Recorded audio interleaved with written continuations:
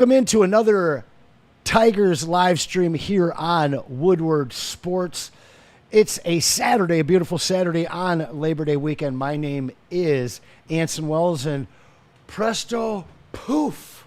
Let's go, There baby. he is. Tigers, baby. Tigers, go blue. Spartans got a big W. Let's rock, Anson. Tigers are back in Kansas City, and the boys woke up last night. Michigan State won? Did they? Is Michigan playing?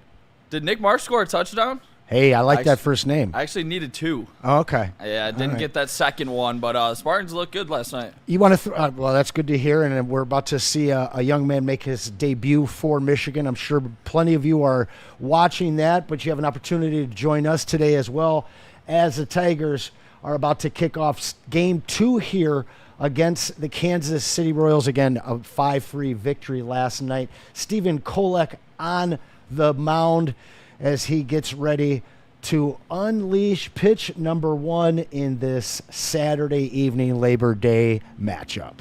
Dealing with a little bit of technical difficulties here, as you guys see on the scoreboard. It is 10 to 8 Kansas City Royals here. We will get that figured out here shortly. Having some trouble with this tablet right now. Shout out, little insider info. But one thing I do know is that Kohloff is going to give up 2 bases to a man named Riley Green today. And he takes the first pitch right there. Colt Keith rips it down to the first baseman. They're actually second pitch, 1 out, though. Easily handled. Not the start you want, but he did get a lot on that one. We'll see if he can get one a little elevated next time. Trying to do damage early. I don't hate it, especially going against a guy like Kohloff, where he has been he's given up a lot of runs this season with an ERA above 4. So Colt Keith trying to do damage early. I don't hate that at all. Colt taking a swing. He's looked good in that leadoff spot. I'd like seeing him there as Glaber sets up today. 3 hits last night, and he'll take a called strike fastball. He wasn't swinging. Trying to get this tablet here figured out. Alan, Getting that same screen. with an eye towards college football here. Florida State-Alabama matchup getting broken down there as all of you wait for the kickoff of the U of M season. 1-1 is the count here against Torres as he takes a second pitch ball from Kohloff. We know about all of the ups and downs of the Detroit Tigers season here, Anson, but one thing I will say is, with all of the ups and downs, this is the time where you want to see the Tigers really start paving their path, gaining the momentum going into the postseason. Well, the playoffs are won by the hottest teams every year. And always.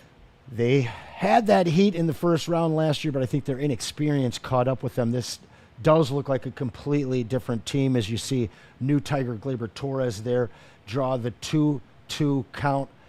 Pitches on its way outside for a full count. Full count here at Torres. I feel like we say it every single game. It's Glaber Torres, great at-bats, drawing that pitch count up and getting himself in a prime position to get on base. To me, it's kind of surprising as he takes a check swing sinker there for strike 3, 2 outs here. It's kind of surprising that we haven't seen him leading off too many games, just with the tempo that and pace that he gives to the team. Starting things off, just being patient. And when he is patient, it seems like the rest of the Tigers seem to take a little bit more pitches as Carpenter comes up for the first time today. 2 out, first pitch, low for ball 1. And I was thinking either Carpenter or Green when I was thinking about this game. Obviously, they both crush right-handed pitching, so this is a great spot for Kerry Bonds. Maybe a little solo shot here, get the Tigs on board early. I like that. Here's one smacked foul, evening things up at 1-1 for Carpenter. And once again, we are having a little bit of technical difficulties with this board here. We apologize. We'll get this fixed ASAP for you guys as Detroit Tigers looking to avoid going 1-2-3 early in this one. Try to get a little bit momentum. I'm trying to erase last Sunday's game from my memory. That 10-8 was a tough one. 1-1 pitch smacked right back. Shortstop's going to handle it over the pitcher's head, and they are able to get Carpenter. Tigers go down 1-2-3 in the top of the first, Nick. Top 1, 2, 3. Don't love that. Obviously, Bobby Witt has the ability, even with not fielding the ball cleanly, with that arm talent that he has.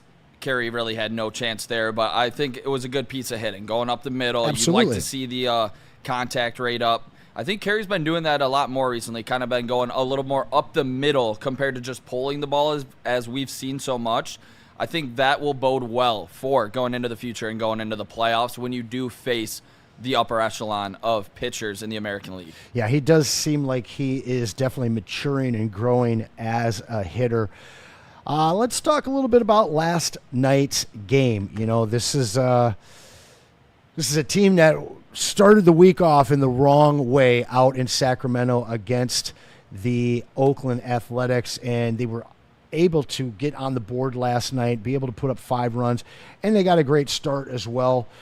Finnegan comes in and closes the door in the 9th inning. Lugo takes a loss. Finnegan with the win last night, and then Will Vest comes in for the save. So what we're seeing from Hinch is a willingness to continue that pitching chaos. I think after Canely struggled after having such a great start, to be able to mix and match Finnegan and Vest really seems like a great asset for this team going into the playoffs. It's great to see, but it's all about getting to those two guys, which we have a great, never-before-seen interview with Will Vest that we'll get to, and we got some more backup here in the studio. But super excited. I was able to talk to Will. He had a lot of insight on what goes on with A.J. Hinch and how he specifically maneuvers this bullpen and how Will Vest and guys like Kyle Finnegan are able to get put in the right spots, which I'm excited to show to the people that interview when we do get a chance. I'm looking forward to that one myself, my friend. As we get back here, you see the order for the Royals. Mikey Strzemski, Bobby Witt Jr., and Vinny Pasquantino will start things off, followed up by Michael Garcia, Sal Perez, Adam Frazier, Michael Massey, Randall Grichuk, and Kyle Isabel, who was a real problem for the Tigers last Sunday for our last Tigers live stream here at Woodward. We are 4-5 for the live stream, so we're hoping to draw equal today at 500 and get over the top on Sunday, tomorrow's broadcast, as we watch a first pitch from Flaherty. Our starter today, Jack Flaherty, opens up with a ball low and outside. Would love to get some momentum here from Flaherty specifically if we need a number 2 starter bad. Obviously, Chris Paddock went last night, got roughed up there early, but it's all about Flaherty. If this team is going to make a serious playoff run, it needs to be about Jack in that specific knuckle curveball, Anson. Yeah, when that knuckle curve is on, he is a tough pitcher to face. And it seems like the talk all around Detroit for the last week or so has been who is going to be number 2. I think as we watched our lead in the Central balloon up to 9.5 again, Tiger fans are a little more worried about what's going to happen in the playoffs versus whether we're going to get there or not, as a little Olay swing from Yastrzemski punches that one foul, and he falls behind in the count, 1 ball, 2 strikes. He's been a great pickup for the Kansas City Royals, Yastrzemski. Sure has. Guy that wouldn't look bad in Tigers blue and white and orange, as the ball there draws the count to 2-2. 5th season as the Tigers manager for AJ. 13 games below 500. After a couple really tough seasons, he had to get this organization in order, which I believe he has truly done that. The Tigers now a powerhouse in the American League with tons of young talent loading in that farm system. Powerhouse for years to come, I believe, as well as it seems the rest of the MLB community realizes what A.J. Hinch and Chris have been cooking up over here at Comerica Park. But we are in Kansas City right now. Bottom of the first, 0-0, 2-2 pitch on its way. This one smacked out to right field, but it's handled easily there by Carpenter. 1 down. 1 down. Love to see it for Jack. That's a big get the leadoff guy out. Yastrzemski has been known to get on base for this Royals team in that leadoff spot, so that's a big righty on lefty. Great job by Jack getting the leadoff guy, even if it took 7 pitches. We'll see if he can be a little more efficient as the young superstar Bobby Witt steps to the plate. 297 on the year, knocking on the door of 20 home runs, 74 RBIs as he punches first pitch foul. Still trying to fire up this tablet here, Anson. I apologize for the scoreboard. We'll get it figured out for the folks in the chat who are firing up. Shout out Anakin for tuning in. Also, kicking off here shortly, the excited, anticipated debut of the top recruit, Bryce Underwood. We'll keep you guys informed on what's going on in the Michigan game as well. Who's Bryce Underwood? Exactly. I mean, I'm sure all the state fans are saying that. A little bit, you nervous at all over in East Lansing about this cat coming to Ann Arbor? I don't really care about college sports like that. Really? I get more into the institutions themselves. So, yeah, I love watching Michigan lose. 2-1 pitch here, swung on and missed by Bobby Witt. Blew that slider by him, had him fooled. Count goes to 2-2. Now, March, Izzo season, I'm watching. Yeah. Definitely. Although I did watch a lot more college sports last year than I care to admit. Nothing like college football in my eyes. This one punched through the hole past the second baseman by Bobby Witt for the first hit of the game. He'll reach first safely here. 1 out, 1 on, bottom of the first. No score still here from Kansas City. We got John effing Lord says, what if Central Michigan beats Michigan next week? LOL. That'd be impossible there, John, because they're actually in Norman, Oklahoma to take on the Boomer Sooners. Couple weeks. I think he's thinking a couple weeks. Okay. Would be fun. It would be a fun in-state upset. That's for sure. As Vinny P steps to the plate, Witt with a generous lead there. First pitch low for ball 1. Our Tigers insider Nick Kohloff has been sure to keep the Michigan game on the TV right next to my camera, of course. So I'll have to be Loveland staring in the at building. this thing a whole bunch. He should be. He should be in Mason training Graham camp there for the debut of Bryce Underwood. I mean, come on, packed big house, first game of the season, true freshman starting at quarterback, 4th time ever in school history. It's going to be a fun night in Ann Arbor, I believe. Hey, when they got 4 times the endowment of any other school in the conference, they better be flying their former athletes into town. But as you watch number 19, their warm-up for the maize and blue. On the other side here, Jack Flaherty, his 15th pitch went for a ball as he falls behind 3-0 here on Vinny P. A great contact hitter, very strong OPS and OBS as he takes a called strike right over the plate. He wasn't swinging at that one at all, Nick. Definitely not there from Pascatino, who has notoriously just obliterated the Detroit Tigers so far this season and with everybody. When Kansas City got him. Absolutely. A nice strike right there. Fastball there.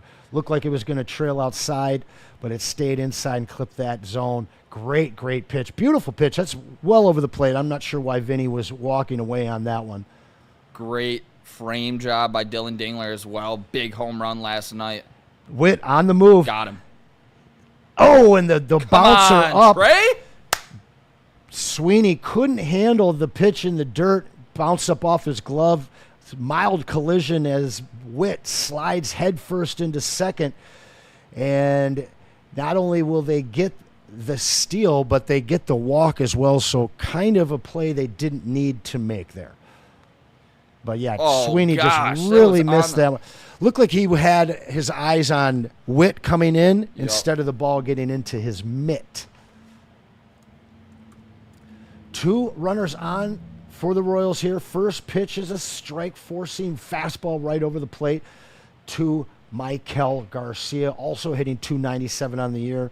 A little less power than his teammate Bobby Witt, 14 home runs and 63 RBIs, but a very strong 828 OPS. See if Jack can get the double play here. I got to let Birdie in real quick. No problem. He gets a nice called strike there. 0-2. Garcia falling behind in the count. Flaherty and the Tigers would love to escape any damage here. Tied 0-0. Slider just misses outside the plate. Garcia really been hot since July 23rd. He's got a 315 average, 540 slugging. As he takes a tough swing there at a ball in the dirt, was able to foul it off and stay alive with a 1-2 count against Flaherty.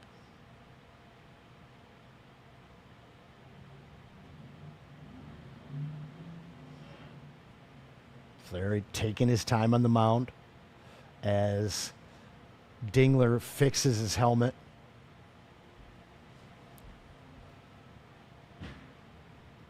Dingler's ready. So is Flaherty. There's the pitch. This one could be the double play we're looking for. Short to second to first, and the Tigers are out of the inning. Big-time double play ball. You called it, partner. Come on, baby. That's what we wanted, Jack. Come on. Let's go. Big spot. Great turn right there by Trey Sweeney and Gleyber Torres to get a stretch from Torkelson to get him out of it. Let's go. That's exactly what you wanted to see from Jack. Sweeney makes a big play there after giving up the stolen base.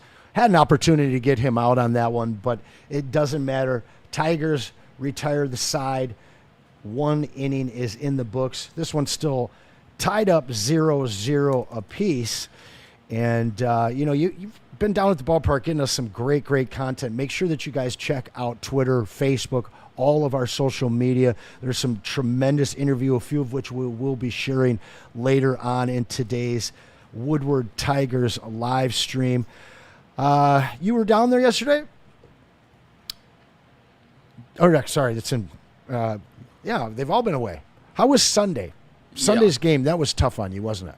Tough game for the Detroit Tigers. They were looking for that 6th win in a row before they just dropped 4 straight going into last night. So like we talked about earlier, up and down season for the Detroit Tigers. But I got to say, that Friday crowd was incredible. The Detroit Tigers are doing a really good job of in Comerica Park lighting up that crowd right now. And the music from everything to the in-game interviews that they do with Kara, she does a great job over there.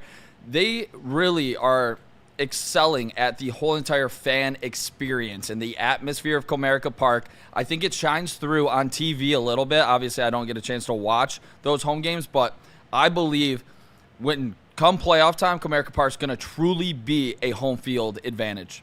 Well, hey, we've always had great home field advantage here with our playoff championship quality teams. Not something we saw from the Pistons as they weren't able to win a home game in the playoffs. But it was actually in the barn for Game 6 when Jalen Brunson hit that dagger. Broke my heart there, Anson. Yeah, my heart is still a little broken over that one as well. But Tiger fans can't be brokenhearted over the Central Division standings right now. Tigers on top of the Royals, 9.5 games on the strength of that victory last night. Tigers sitting at 79-57. 22 games above 500. We were just talking about how bad this team was after the All-Star break, giving up their 25-game over 500 record. Well, they're right back there. Guardians 10.5 back. Twins and White Sox well out of it at 17 and 30.5 games back as we watch Torkelson take a swing there on pitch 1 for a strike. 0-1 count here as we kick off the second inning. Kohloff efficient through his first inning with only 11 pitches. He'll dial up the second pitch of the second inning here to Torque, and it's outside for a ball. Getting a little bit of life here. All right, we'll get that scoreboard fixed for you guys here shortly. 1-1 pitch to Torkelson, outside for ball 2. How about a torque bomb to get this Detroit Tigers team on the board early, give Jack some confidence, pitching with the lead? That'd be great. Ahead in the count here, maybe sitting fastball for Torque? We shall see. 2-1 pitch on its way, and it's a slider. Way to lay off. I think we'll see that heat you called for on this pitch, Nick.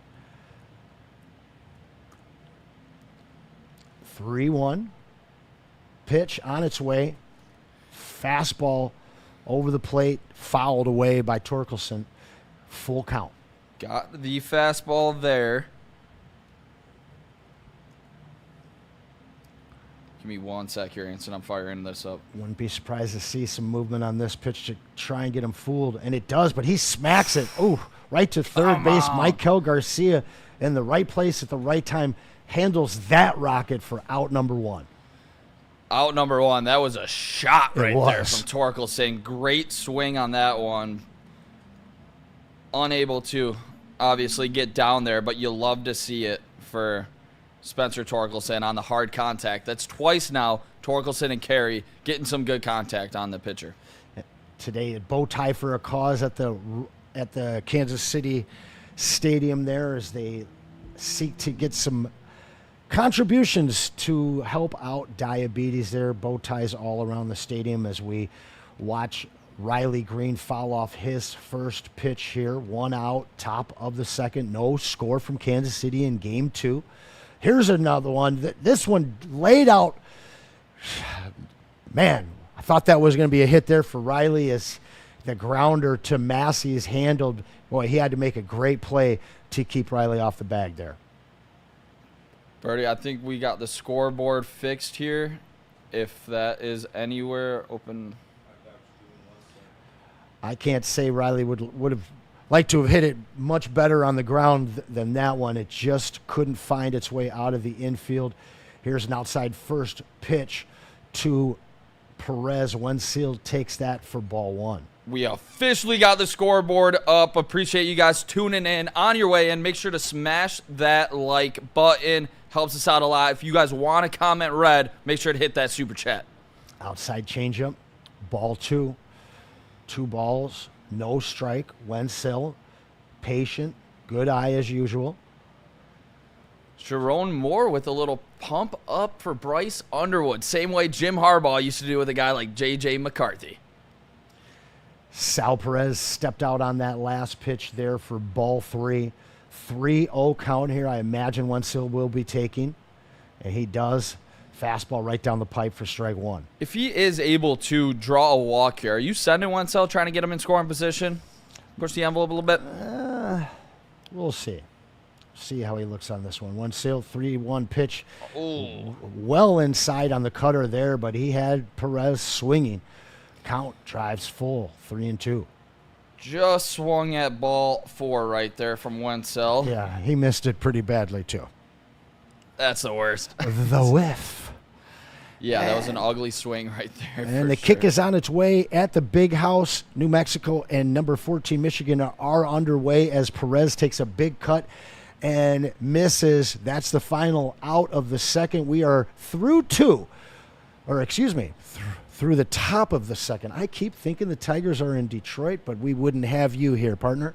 Partner, I am thrilled to be with you. This is a great Saturday. Fall is here. We got almost playoff baseball. Tigers' big win last night. Michigan's kicking off. Sparty with a great win. Looked good. Childs looks like he's improved a lot, although he took a crazy sack on that fumble loss. But yeah. I know Easy was salty about that. I think he had a little bit of cash on Childs' rushing yards.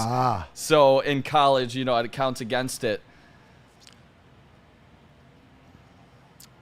And first play for your Michigan Wolverines looks good for a first down. Let's talk a little bit about the American League playoff standings. The Tigers do sit on top, a half game ahead of the Blue Jays. The Astros trail them by 3.5. Then your wild card division, or your wild card standings, Yankees, Red Sox, and Mariners all packed up right there, basically tied, all with a 3-game advantage of these Kansas City Royals. So the Royals have plenty to be playing for, even though they're 9.5 back in the Central. This team has a great chance to still make it in as a wild card team. The Rangers 3.5 out, and then the Guardians at 4. So definitely possible to see 2 teams come out of the AL Central this year. If you had to pick one between the Royals and Guardians, who would you be seeing in as a wild card? Definitely going Royals. I truly believe that they are a pretty damn good team. You saw the news with the Guardians, Clase and Buddy suspended for the rest of the year with their gambling news. Again? Just recently? For the rest of the year. So they were suspended through August, and they went right back to the casino, huh? Yeah, exactly. I don't know how. Yeah, this was still just obviously the past, and none of those it looks like he is guilty on seeing some of those first pitches that Clase was throwing. Really? Unbelievable. He would spike in them. It was wide left by. So you wonder how good he might have actually been if he wasn't throwing pitches away for money. As we get back here to the bottom of the second, first pitch from Flaherty to Sal Perez, the maybe future Hall of Fame. You think Sal Perez makes it to the Hall of Fame as a catcher? Yes. Yeah. I think without a doubt, especially they have the World Series to go with it with their magical run that they win on. I think Perez is, one of the best hitting catchers. Definitely in my in my lifetime for sure. Certain. As you see him bulking up a little bit more in his old age there. 1-1 is the count. Bottom of the second for Kansas City. Tigers and Royals deadlocked at 0 as he pops them up here. This one might be playable, but that one's going to fade back for a fan. 1-2 is the count. Big house rocking as Justice Haynes, the new running back from Alabama, rushed for a 65-yard touchdown. Michigan up early 7. Tigers trying to shut down the Royals here in the bottom of the second. 56-yarder. Don't get too excited. Sal Perez pokes one to third. This one should be handled, and it does. He has to come off the bag, but is able to make the tag. Torkelson with a nice play there to save that out. Great job from Ibanez to get to that ball. Obviously, you want to see a little bit better of a throw, but with Salvador Perez running, he had some time. Yes. Great job by Torque to end up getting the out. Yeah, probably could have set himself for another split second to make sure that throw was a little more on target, but Torque makes a nice play. 1 out here in the bottom of the second. Adam Frazier, first pitch, strike. Nice-looking slider. As we get a look at Haynes there with this 56-yard touchdown first as a Wolverine, the first of the season for Michigan, as Flaherty gets strike number 2 on Frazier, a second time looking here. 0-2, 1 out, 0-0 tie. Flaherty uncorks pitch number 30. This one, a high fastball fouled back by Frazier. 0-2 count for Flaherty. Watch out for that crazy knuckle curveball here. Hopefully get that strikeout. And as we see, Sal Perez tied with Tiger Bill Freehan with 5 Gold Gloves, the 6th most in history in the MLB. So Sal Perez wasn't just a great hitter. He was a hell of a backstop. And we'll most likely see that royal blue in Cooperstown with his name on it. Pitch for a ball there, evens up the count 2-2. Flaherty against Frazier here. I'd like to see Flaherty get a little more efficient as a bloop single is going to get down to Riley in left field here, and Frazier will reach with a single. Saw some plays out there in Oakland when Riley Green really had a chance to gun out Nick Kurtz at home. And I was shocked that he did not come up firing. And you want to see that Riley Green, he had a 55 grade arm coming out as a prospect. But the thing is, with Kurtz running, he's a slow first baseman. You got to come up firing when you see him rounding third. I want to see Riley Green trust that arm a little bit more and get back to the Riley Green that could actually gun out some runners. But you just failed to do it with Kurtz running the other night, and I thought it cost them big time and some momentum in Oakland or in Sacramento. Well, you can certainly trust Dingler's frame job there as he takes a ball up into the zone after the fact and gets a blue to call it for a first strike on Michael Massey, the second baseman. Second pitch low and outside, evens things up at 1 ball and 1 strike. See Frazier taking a healthy lead there as the next pitch fouled off. Flaherty gets ahead of Massey, 1-2 in the count. 1-2, 1 out. Already got a double play earlier. Could he get back-to-back double plays in the first and second inning would be a big spot for him. Massey, a guy that I liked coming in a few years ago as a young player, and just has not been able to keep it going as you take a big golf swing miss there, strikes him out. Frazier nearly got the gun from Dingler back at first as he took a healthy lead. And that could have been some interference, right? Or not after that fact? Took one to the dome there from Dingler, getting beat up by the Kansas City Royal hitter right there. Great breaking ball by Jack Flaherty. That was he looks, obviously he's dealt with some base runners. He looks dialed. Yep, he's allowed 3 on thus far as that inside fastball called a strike. Grichuk hitting .238 in the season. Last Tigers live stream, we saw him come in and pinch hit. Flaherty pitch number 39. Another frame job from Dingler. This one low, and he gets the call on an 0-2. Grichuk turns to blue. He's not happy with that one. I wouldn't have been either, but a hell of a job from Dingler to fool the umpire into called strike 2 here. 0-2 pitch on the way. This one in the dirt. Dingler able to keep it in front of him, though.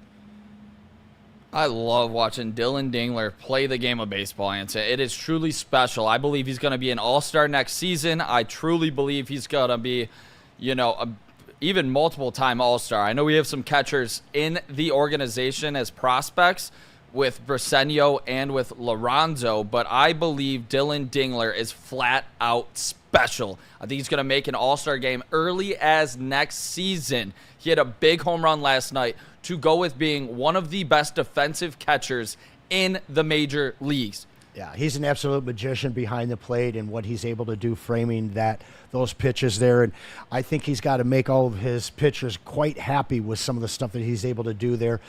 The sleight of hand is the quick mitt in. Oh, quick mitt in right field there from Carpenter. Nearly came up with an inning-ending sliding catch there in right foul field.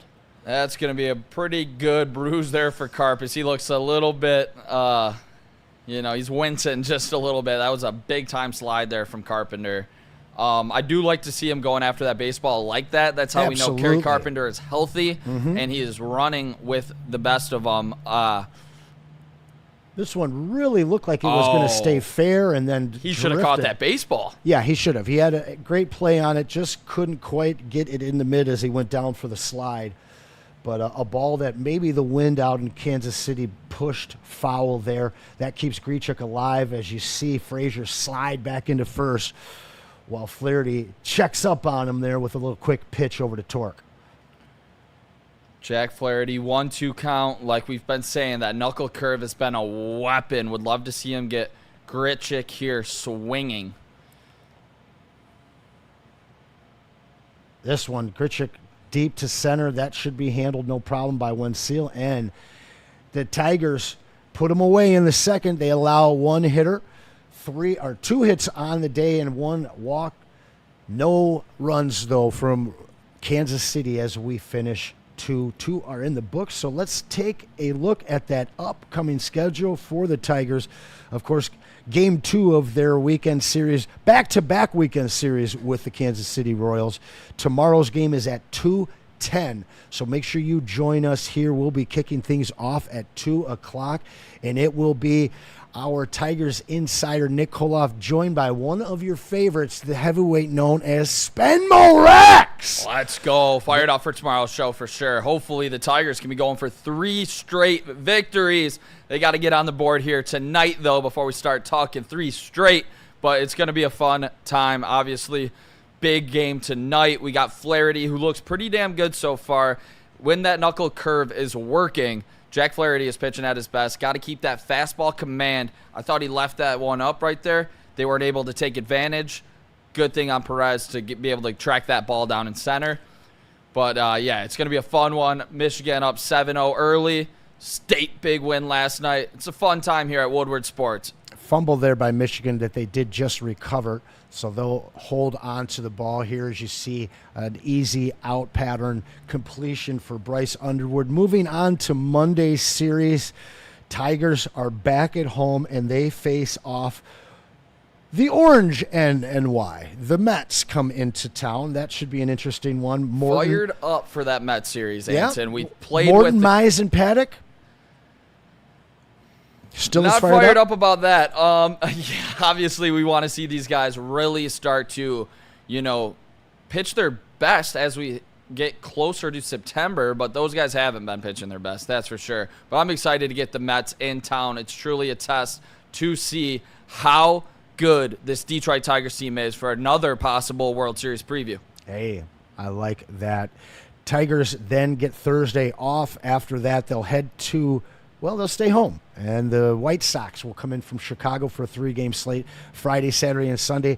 And that Sunday, we will return here for the Tigers Woodward live stream. At that point, you will be down at Copa providing us with some awesome content. Yep, looking forward to it. Make sure you guys stay tuned to our socials all the time for the best interviews that have never, before seen out there. Love being down at the park. Love talking to the players to truly get a vibe for how this team is able to be so successful. And there's some success for the first time off the bat of a Tiger, and it is Dylan Dingler getting on base with their first single of the game, first hit for the Tigers. And Nick did mention some of that content, which we will have coming up for you at the end of this third inning. But hopefully it'll be a little ways before them. Tigers with one on, no outs here, seeking to get on the board. This game is deadlock, still 0-0 through 2 innings. Trey Sweeney steps to the plate for the Tigers, hitting in the H spot. First pitch taken outside for a ball. Trey Sweeney in a spot. Got to step up if you're Trey Sweeney. If you want to be on this team come playoff time, 208's just not going to cut it. But who else is going to get the first hit of the game besides Dylan Dingler for the Detroit Tigers? And Sweeney with another one. This should get Dingler over to third. He's on his motor. Oh, and it hit the back of him. We'll see what happens here with that one. No. We're going to see. It looks like the ump's going to take time, and they're going to leave him out there. Now, if that hits him in the back. No worries. He has to tag him with the ball in the glove. Or just the ball at that point. But, great base running there by Dylan Dingler going first to third. The Detroit Tigers do it better than anybody in America or Toronto, in baseball for that matter. And to go along with just a great piece of hitting to go the other way from Dylan Dingler, you're seeing him be able to run the bases. He moves with the best of them at that catching position on the base paths. No doubt about it. Tigers threatening with runners on the corners. First pitch to Andy Ibanez is low for ball one. Tigers definitely threatening here as we lead off the third. Need a productive at-bat here from Andy Ibanez. Get this ball deep center field. Get the lead early. Let Jack cook. Let Jack cook. Not going to cut it. And they're going to come home with that one. Not really sure what Dingler was thinking on that. Andy, boss, what are we doing, buddy? Well, come on. What could have been a double play ball is only a 1 out, but it comes at the plate and at the cost of a possible run here. Interesting play as he really came infield on that run from third. Tigers with 1 out here, but still threatening with runners in scoring position, first and second. That truly irks me, Anson. I just think Andy Ibanez, you have to be self-aware. How do you put that ball on the ground there? You got to get that ball up. Give Dylan Dingler a chance to truly come home with it. Dylan Dingler was a deer in the headlights right there. See if Colt can pick up his buddy Ibanez. Yeah, that would be great. We saw a lot of wood on that first shot that got him out in the first, but he did have a lot of bat on it. So we'll see if we can get a lot of bat on this one. Maybe push it out of the park here as the 1-0 pitch from Kohloff is on its way. This one, check swing, foul, evening things up at 1-1. 1-1 here for Colt. I do like the righty on lefty. He does crush right. He's in 765 OPS on the season. Would like to see just a simple swing, possibly go up the middle, get this runner home for the Detroit Tigers. 1-1 pitch. This one low. Sal's able to keep it in front of him. Tigers stay at first and second. 1 out here, though. Tigers definitely still threatening after the play at the plate. Got Dingler out. Just a very bad at-bat there, probably Ibanez. I was impressed with that throw from Yastrzemski out of right field. The guy definitely has a cannon. Oh, yeah. He's got good genes. Good jeans. Yastrzemski. Truly got to see Colt Keith pick up his teammate here. Stay in the zone, ahead in the count. Pitch on its way low and inside. Great at bat. Yeah, absolutely. So far, Colt Keith getting ahead of Kolek 3-1. It's honestly kind of shocked to see Andy Ibanez in the lineup going up against a righty. And he didn't look so good his last time up, hitting in the 9 spot. Colt Keith blasts one deep to center field. This should be handled at the warning track. It'll be able to push the runners over, or at least from second to third. So the Tigers with runners on the corners and an opportunity still with 2 outs in the top of the third. I mean, to go along with just hitting a grounder to third base, I'd love to see Andy Ibanez not getting to second base on that one as Trey Sweeney was able to take third. I mean, just a very poor inning for a guy like Ibanez. I don't want to harp on the guy, but what are we doing here? We got to be smarter than that. It turns a single instead of scoring 2 runs. Now it's only 1 run if Gleyber Torres is able to come up. Do you think he had an opportunity for a double play ball on that if he didn't go home? No, I think the ball was hit too softly. Okay. That's our Tigers insider, Nick Kohloff. My name is Anson Wells, and this is our Woodward Tigers live stream. We're in the middle of the top of the third here with the Tigers down 2 outs, but they've got runners threatening at first and third. Trey Sweeney, as you get a shot there of him.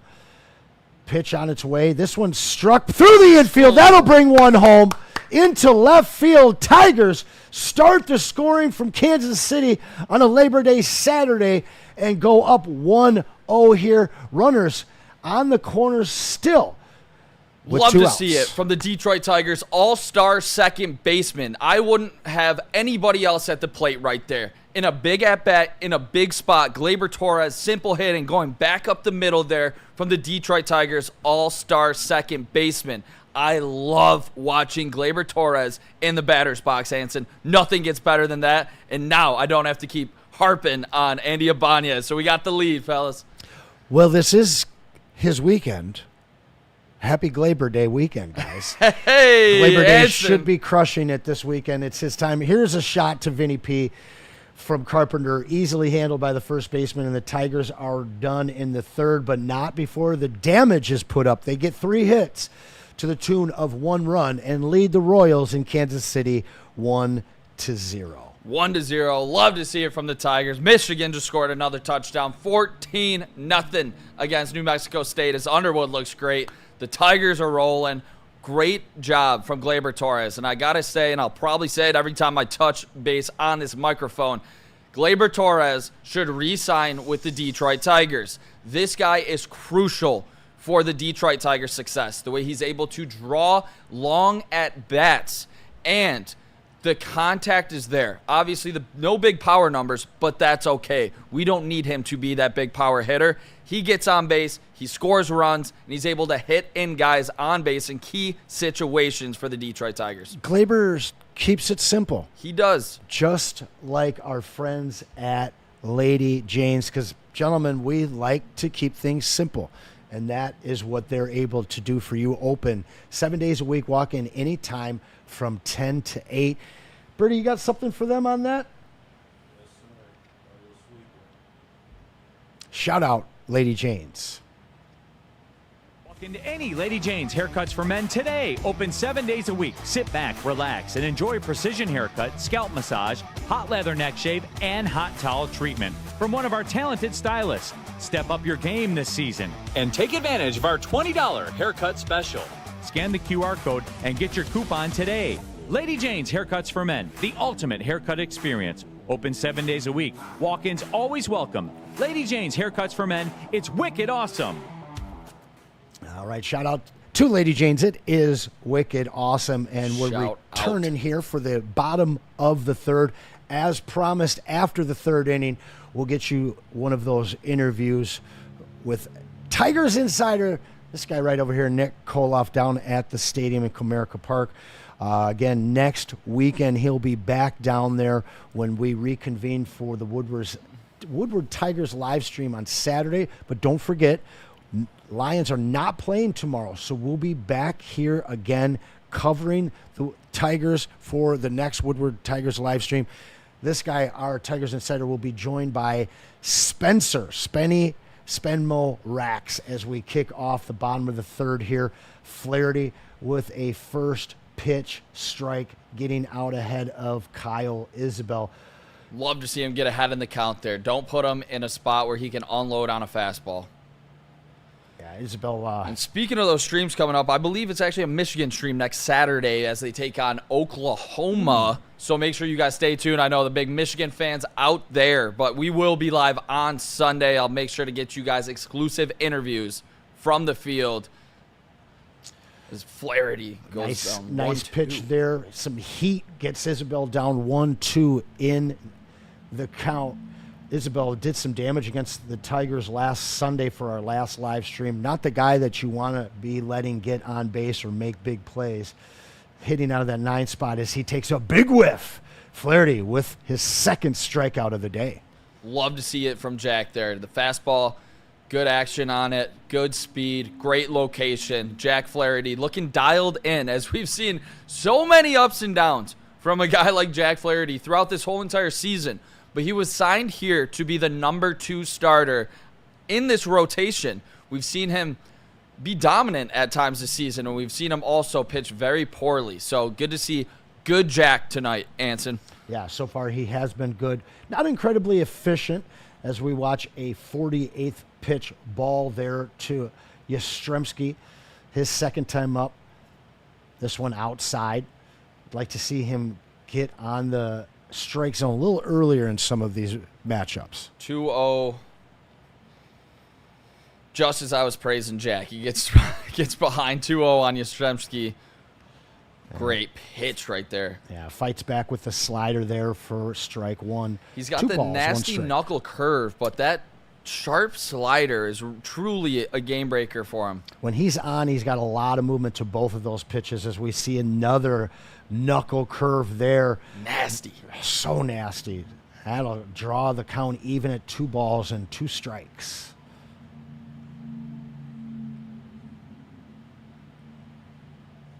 Two-two pitch from Flaherty on its way. Just missed outside with the fastball there. Full count.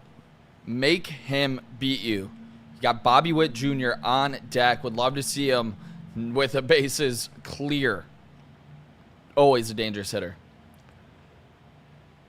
Fouls one off here to stay alive at 3-2. My big concern at this point is we watch Flaherty get into the 50s pitch count wise here in the bottom of the third, as his counterpart Kohloff only has 38, less than 13 pitches per inning. Could cause the Tigers some problems later on, but that grounder won't cause Torque any as he gets the easy play, flipping it back to Flaherty for out number 2. Great job there by Jack to cover first. Good play by Spencer Torkelson as well to be able to get ahead of the Royals here. 2 outs. Bobby Witt Jr. comes up without a chance to take the lead. Always a good thing to see. It is. One swing of the bat could tie things up here, but no one on base with only 2 outs. Bobby Witt going to try and get a mini rally going here. He's got an 18-game hit streak, the longest such streak in the majors currently here. Flaherty will hope to end that, but he's already 1 for 1 today, so it probably won't happen. Yep. Yeah, Bobby Witt, hell of a baseball player. Everybody knows him. He's a special talent that the that the Royals have right there at shortstop. White Sox got a guy in Montgomery I really like at shortstop. Detroit Tigers are still searching for their guy. I believe it could be Kevin McGonigal. As he pops Witt up here, this one called off by the right fielder, Kerry Carpenter.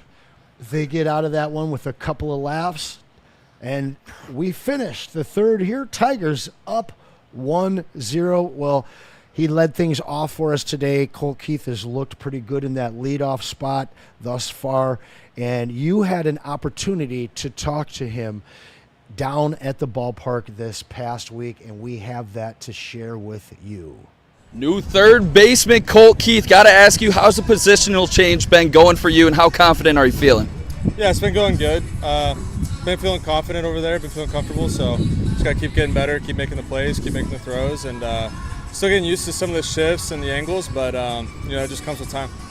Talk about another change. You've been hitting in that one spot. What is the mindset difference of hitting in that one spot, leading the game off for the Tigers? Not much. It's just, when, say, a pitcher goes out there and throws some pitches and needs a break, I make sure I take the first pitch and call time. Other than that, I stick to my approach, trying to do damage and have good at-bats. You got Shout out to our TD Birdie who's joining us today. shout out. And shout out, of course, to our Tigers insider, Nick, who has been getting us some great content. Give us a little more about your exchange with Colt there. Yeah, as Colt talked about there, it's all about him gaining confidence playing the position of third base. Obviously, the hot corner, you have to be able to read the baseball at a very fast level coming off the bat in the hot corner. He's played third base this month exclusively with DH, and he's going to have to be good defensively for this team to trust him heading into the playoffs. Colt Keith is a bat that you are going to need in this Detroit Tigers lineup. You cannot take him out, especially against a righty. You saw Ibanez get the start there tonight, but you're going to see Colt Keith playing third base this season and heading into the playoffs if he continue to play it well. We've seen him struggle the last 5 games at third base specifically. It's just about gaining more and more reps and gaining that confidence as he goes. It'd be a great solution at third as we struck out on Bregman in free agency. But Colt Keith is a very important young member of this team, a guy that, kind of hit the ground running as a rookie and then it found some of those struggles as young players often do. But he is not only finding his way with his bat, but he's finding a way to contribute all the time, even if it's not with his bat, as you see Torkelson take a first pitch strike to start off the fourth here. Next pitch on the way outside, evens things up 1-1. You're calling for some big contact from Torkelson today. I'm hoping so. You've seen that slider come out at times. If he can sit on it here, I think he could pull one to deep left field. We'll be looking for it here as an insider there. Tough four-seamer to lay off there, but he does, drawing ball number 2. You like those Royals baby blue Smurf uniforms? I love those baby blue uniforms, to be honest. I hate that they're in our division because I can't enjoy them as much, but I do like the baby blues. How about you?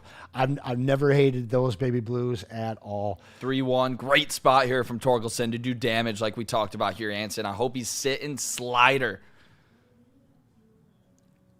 A 3-1 pitch here, fouled away. Drives the count full. 3-2. Want to see Torque stay in the zone here. I don't believe he's going to beat you with that fastball, so like to see Torque stay on it. His honor was just dealing up there, carving up New Mexico. A hell of a sidearm throw there from Bryce for the first down. As we get back here to the Kansas City Tigers game, where the Tigers are up 1-0 in game 2 of the 3-game weekend set. Labor Day weekend. Torkelson smashes this one. This one might be trouble. No, it's going to get to just a short of the warning track. Kyle Isabel handles out number 1. Good swing on that one. I thought it was a little bit more to right center. Thought it was going to get down there for Torque, but I do like the inside-out swing going towards that right center field. That's when Torkelson's at his best, not just trying to pull everything specifically on the ground. But that was a great line drive shot. Just wasn't able to get down that time. Looking at those MVP front runners, you got a pick right there? Too much baseball to be played, my friend. Okay. Cal Raleigh. If you had to pick right now, Cal Raleigh or Aaron Judge, which way are you going?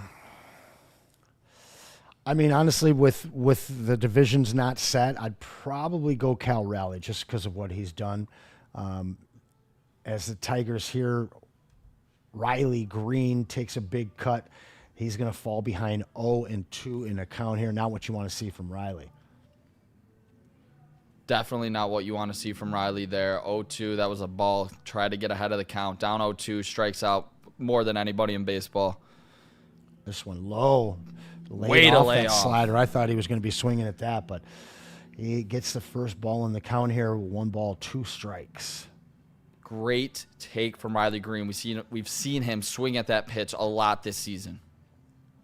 High fastball. He lays off that one. 2-2. I'm also a Yankees hater, so I would rather see Cal Raleigh get it. I'm with you. I think it's Big Dumper all the way. One of the craziest nicknames in the world. And this one going to be tracked down by Vinny P as Green smacked it down the right field line, and Kohloff covers it first for out number 2 here in the top of the 4th. Out number 2, 1-0 lead for the Detroit Tigers in Kansas City tonight. Kohloff, I mean, you want to see the Tigers kind of come through with a little bit more pressure on him. Torkelson and Riley unable to get on base here for Perez. Let's see if he can start something with 2 outs, a little 2-out rally. Wenzel hitting .255 on the season, 0 for 1 today. Takes the first pitch, looks almost exactly as the last pitch, hit down the right field line to Vinny P, who's been getting a lot of work at first base defensively. And the Tigers are retired in the top of the 4th, but we head to the bottom with our Tigers up 1-0. We're going to continue on with some of these interviews from our Tigers insider Nick Kohloff here. He also got a chance to talk to Riley Green, who we just saw there, when he asked him about some of our youngsters that the Tigers have down in the farm system. 2-time All-Star Riley Green here before the big matchup against a division rival, Kansas City Royals. Does something get going in your blood when you go up against a division rival? Sure. You know, we are division rivals, and you know we got to win these games. But you know we're going to treat it like every other game, and you know play our best, do what we do best, and just try to win every night. You guys have added some newcomers to this team. What has that experience added for you guys in the clubhouse? You know, we had a lot of great guys, a lot of great players, and you know it just adds to the team chemistry, and you know it's great. So you were a former top prospect, and with that comes a lot of expectations. What kind of advice would you give to guys like a Max Clark or Kevin McGonigal kind of going through the same thing? I would say just have fun. You know, just have fun with this game. This is a kid's game, and you know, just go out there, play your hearts out, and you know, have fun. And that was a Riley Green special right there. He talks about just having fun out there. Takes the pressure off when you're playing the kids' game. And you know what Riley Green was doing last night? Having a whole lot of fun. 3 hits, 2 RBIs. Game breaker right there. Riley Green is special. He is a 2-time All-Star before the age of 25 for this Detroit Tigers team. Plays a phenomenal left field. And when he's out there with his Superman dives and crushing right-handed pitching, certainly looks like he's having a hell of a lot of fun. Even if the strikeouts are up, I can live with it. He's a young player still. People forget. But Riley Green truly is a special talent. And he has 2 All-Stars back-to-back there, Anson. Honestly, could be 10 by the time that guy's career ends, and hopefully all of his years are in Detroit. No, we'd all love to keep that kid here. Let me ask you, is he a top 5 left fielder in the game? 100%. I truly believe that. He's top 5 in RBIs right now. He's under the age of 25, like I just hit on. Yes, the strikeouts are annoying at times because they're not productive outs, obviously, if you're K'ing. And Riley Green is for sure a top 5 left fielder in the game. I'd like to actually see him on the USA team, Anson. Oh, would be for the very Baseball cool Classic in 2026. There you go. Vinny P takes first pitch for a strike as we enter the bottom of the 4th here. High fastball from Flaherty taken for ball 1. Count is even at 1 ball, 1 strike. 1 ball, 1 strike on Pasquantino. You got to be careful. He could put 140 rows up and right. Yeah. One of the better eyes in baseball, great contact rate, but he's also got the power to punish you if you get lazy and leave one out there over the plate. 2-1 count as Flaherty throws pitch number 60 in this one. Just here early on in the 4th, he's only worked through 9 outs. I'd like to see him get a little more efficient this inning as you see Pasquantino pop a foul ball up to tie things up. 2 balls, 2 strikes. And is that a Yeti in the back there? Yikes. That is a Yeti. That is freaky looking. Peeking through the crack of the outfield, really not sure what that was, guys, as Vinny P follows up another one. Hopefully the cameraman will go back to the Sasquatch in Kansas City's outfield. What the hell is going on there, Anson? What is going on? But I know something. Knuckle curve, Jack Flaherty. Let's see it right here. 2-2 count. He's calling the knuckle curve, and he does get it, but this one goes into the dirt. No swing from Pasquantino. Full count. Don't want to see Jack walk him. He's been in trouble with walks this season in that command. You want to see him hopefully get that fastball right on the paint corner. And he does. Oh, right back to Flaherty. Reaches up, snags it, and gets the out at first. Nice defensive play as we get a look at the Yeti hiding out there in the outfield again. What is going on with that Yeti? I'm not sure, but hell of a play there by Jack Flaherty, showing off that athleticism as a pitcher, going up for that ball, sending it over to Torkelson for the Definitely easy got out. a laugh out of Vinny P there. He was looking at Sky Jack there, air Flaherty. Flaherty, nice four-seamer right over the plate there to get the first strike on Michael Garcia. Michael Garcia almost hitting 300 there, which is so rare in this day and age. Second pitch is smacked. This one's going to be trouble. This one is just west of the waterfalls, and that's a souvenir, and it's the first run for the Royals. They tie it up 1-1 here in the bottom of the first with one out. Simple as that. I mean, great piece of hitting right there, no doubt about it. He just left the slider up that time. The slider, you got to get that pitch down, especially in an 0-1 count there for Jack. Hate to see it. God, that one stings. That was a no doubt bomb right there. He just teed off on that pitch. Jack Flaherty, you got to be able to bounce back from this. That pitch just stayed up, and he crushed that thing to left field. Yeah, it got out in a hurry. Made a couple fans there happy as we get a chance for the replay. Oh, there was a Tiger fan there with an opportunity too, but looked like they all missed that one with a mad dash to get the souvenir later. Flaherty, 66 pitches as the first one to Sal Perez is yet another ball. Tough spot here for Jack, down 1-0. Oh, he's pulling it now. Yeah, nasty looking changeup, not in a good way. That one not able to be caught by Dingler for ball 2. 2-0 is the count. 67 pitches, 44 of them for strikes. I think he's been missing the plate a little more than I'd like to see. This one doesn't miss as another bounce back right to Flaherty. 2 outs the same way with a home run sandwich in between. Great to get Salvador out there, because if Jack Flaherty would have hung one up to him as well, he probably would have hit a home run. Great to see from Jack. Hopefully be able to get a quick third out here, because we do not want to go into this bullpen too early. No, we certainly don't. And I wouldn't want to go out in that outfield either with that Yeti lurking. We're still looking for an update on the Sasquatch in Kansas City as first pitch to Frazier, who's 1 for 1 today. Singling in the second gets him 0-1 is the count here. Flaherty moving a little bit quicker, it seems. Next pitch on its way outside, 1-1. He's missed on a couple here, Anson, in this inning. That was not anywhere close to the strike zone. And in the previous at-bat, he grounded that ball. Not sure what's going on here with Jack. He looks like he's shaking it off.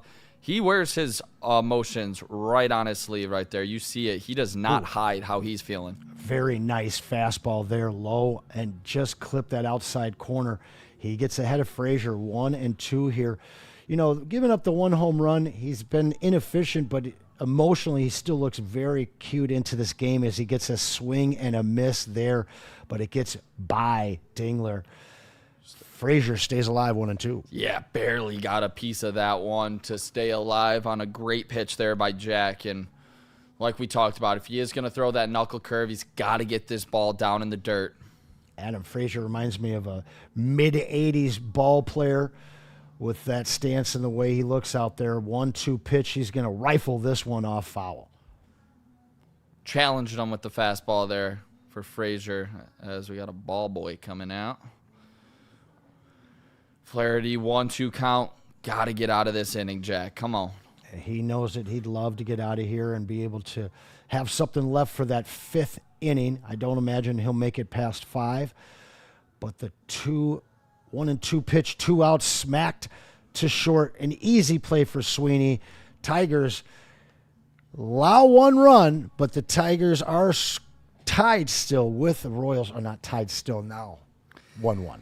Yeah, that was a hell of a home run there by the Kansas City Royals as Garcia crushed that baseball. Jack just left one up, and I think the tough thing is, or not the tough thing, but it's going to happen in baseball. You are going to give up some deep flies. It's about not walking runners, getting them the free pass to then have a 2-run homer, a 3-run homer. If Jack's going to allow home runs, it's critical that it is a solo shot. That's where we've seen Jack really struggle at times this year. It's when he's walking hitters and then making the mistake. He's going to make mistakes. Don't get me wrong, Anson. It's about limiting the runners on base prior to giving up that mistake. Giving up 1 run through 4 innings is pretty solid. Yeah, well, we watched you talk to Riley Green, and I had to ask, if you felt he was a top 5 left fielder. I think he's just outside of that with plenty of room to grow into a top 3 guy, but we do get a little bit of help here from Baseball Savant to take a look at how he squares up against the rest of the league, how he matches up. And Baseball Savant, if you're not using it, is a tool created by MLB. Gives you some great color graphics to show how players match up with other players around the league. You got that for us? And there you see, it's all red for the most part. His issue is strikeouts. Now, it doesn't walk a lot, takes a lot of whiffs, take a lot of Ks, but the rest of it, the exit velocity, the power, all of that, the barrel percentage, it's elite. And if he can just get a little bit of a better eye, a little bit more patient, you see that those blue numbers there in the bottom, if he can change those just a little bit and get more towards average in the MLB, this guy, well, he'll be a Hall of Famer, I think. Oh, for sure. I mean, if you think about it too, Riley Green, he's top 10 in homers. He's top 5 in RBIs. I think he's undoubtedly a top 5 left fielder, Anson. I think you're cutting him just a little bit short. Yeah, I have a problem with Ks, my friend. Do you? I have a big problem with Ks. Do you think that's going to hold him back? Because it seems like they're kind of letting him loose. It looks like he's truly going up there. He is not settling for singles. He is going up there. He is looking to tear the cover off of the baseball, as we've seen 32 times this season with home runs. Like I said, 101 RBIs. It's not even September. Yeah. This dude's rolling. Well, and I saw a piece with him, an interview where he just said he doesn't mind the strikeouts at all. I do think that if he can figure out his patience a little bit, maybe have a little bit more protection in the offensive lineup, which they don't really provide him at this point, but 1 or 2 signings next year could absolutely change the way he approaches his at-bats. And if you get just a little more patience, a little bit of a higher on-base percentage from him, he's truly one of the most dangerous players in the MLB. As we kick off the top of the 5th here, Dylan Dingler takes a sweeper in the dirt. That'll push the count to 1-2 strikes as we watch a couple hot dogs racing in the Royals outfield. Mustard one. I'm a ketchup guy, though. I am a mustard guy on the dog, for sure. Are you more of a hamburger guy or a hot dog guy? As Dingler sends one to right. Oh, that's off the wall. Just foul. Boy, he missed that one barely. Hot dog or hamburger? Neither. But definitely a hamburger if I have to eat mammal. Yeah. So I'm a fish and fowl guy. But all right. I'll have a burger on occasion. What's your go-to fish? Whatever I'm eating when I'm actually next to the ocean. Okay, yeah. I mean, no better way to do it right there. Yeah, you're not going to see me eat a lot of fish in Michigan unless it's fresh caught. That single smashed and fresh caught up the middle there. Tigers get one on with no outs. Dingler had a really nice early rip there, but he's able to smash this one grounding right up the middle for an easy base hit. And he went the other way his last time up. This time he splits the middle. Dylan Dingler, 2 for 2, 2 singles. Love Dylan Dingler. He's got a 2.9 WAR entering tonight. I believe he's going to get over 3 after a couple hits, stealing some strikes as a great catcher. Dylan Dingler truly has elevated this team. Ooh, and a slow dribbler here is trouble for Sal Perez, able to just get him out at first. But the runner advances, 1 out here. Tigers with a man in scoring position and looking to get the lead back. Can Andy Ibanez redeem himself? Going up against the righty here, typically he kills lefties. But going up against the righty, he's in a good spot to try to do some damage. As Underwood almost threw a pick there against New Mexico, looking like a freshman on that one for sure. Well, he will continue to look like a freshman all freshman year, but he's definitely already made some great plays today. That one, not terrible, as Ibanez will take his first pitch rocket to third, and he's able to stay safe there, near double up off of the rocket catch at third base there. Tigers keep 1 man on. Oh, no, wait. That was a ground ball, they're saying. Now, it looked like it went straight to the mitt.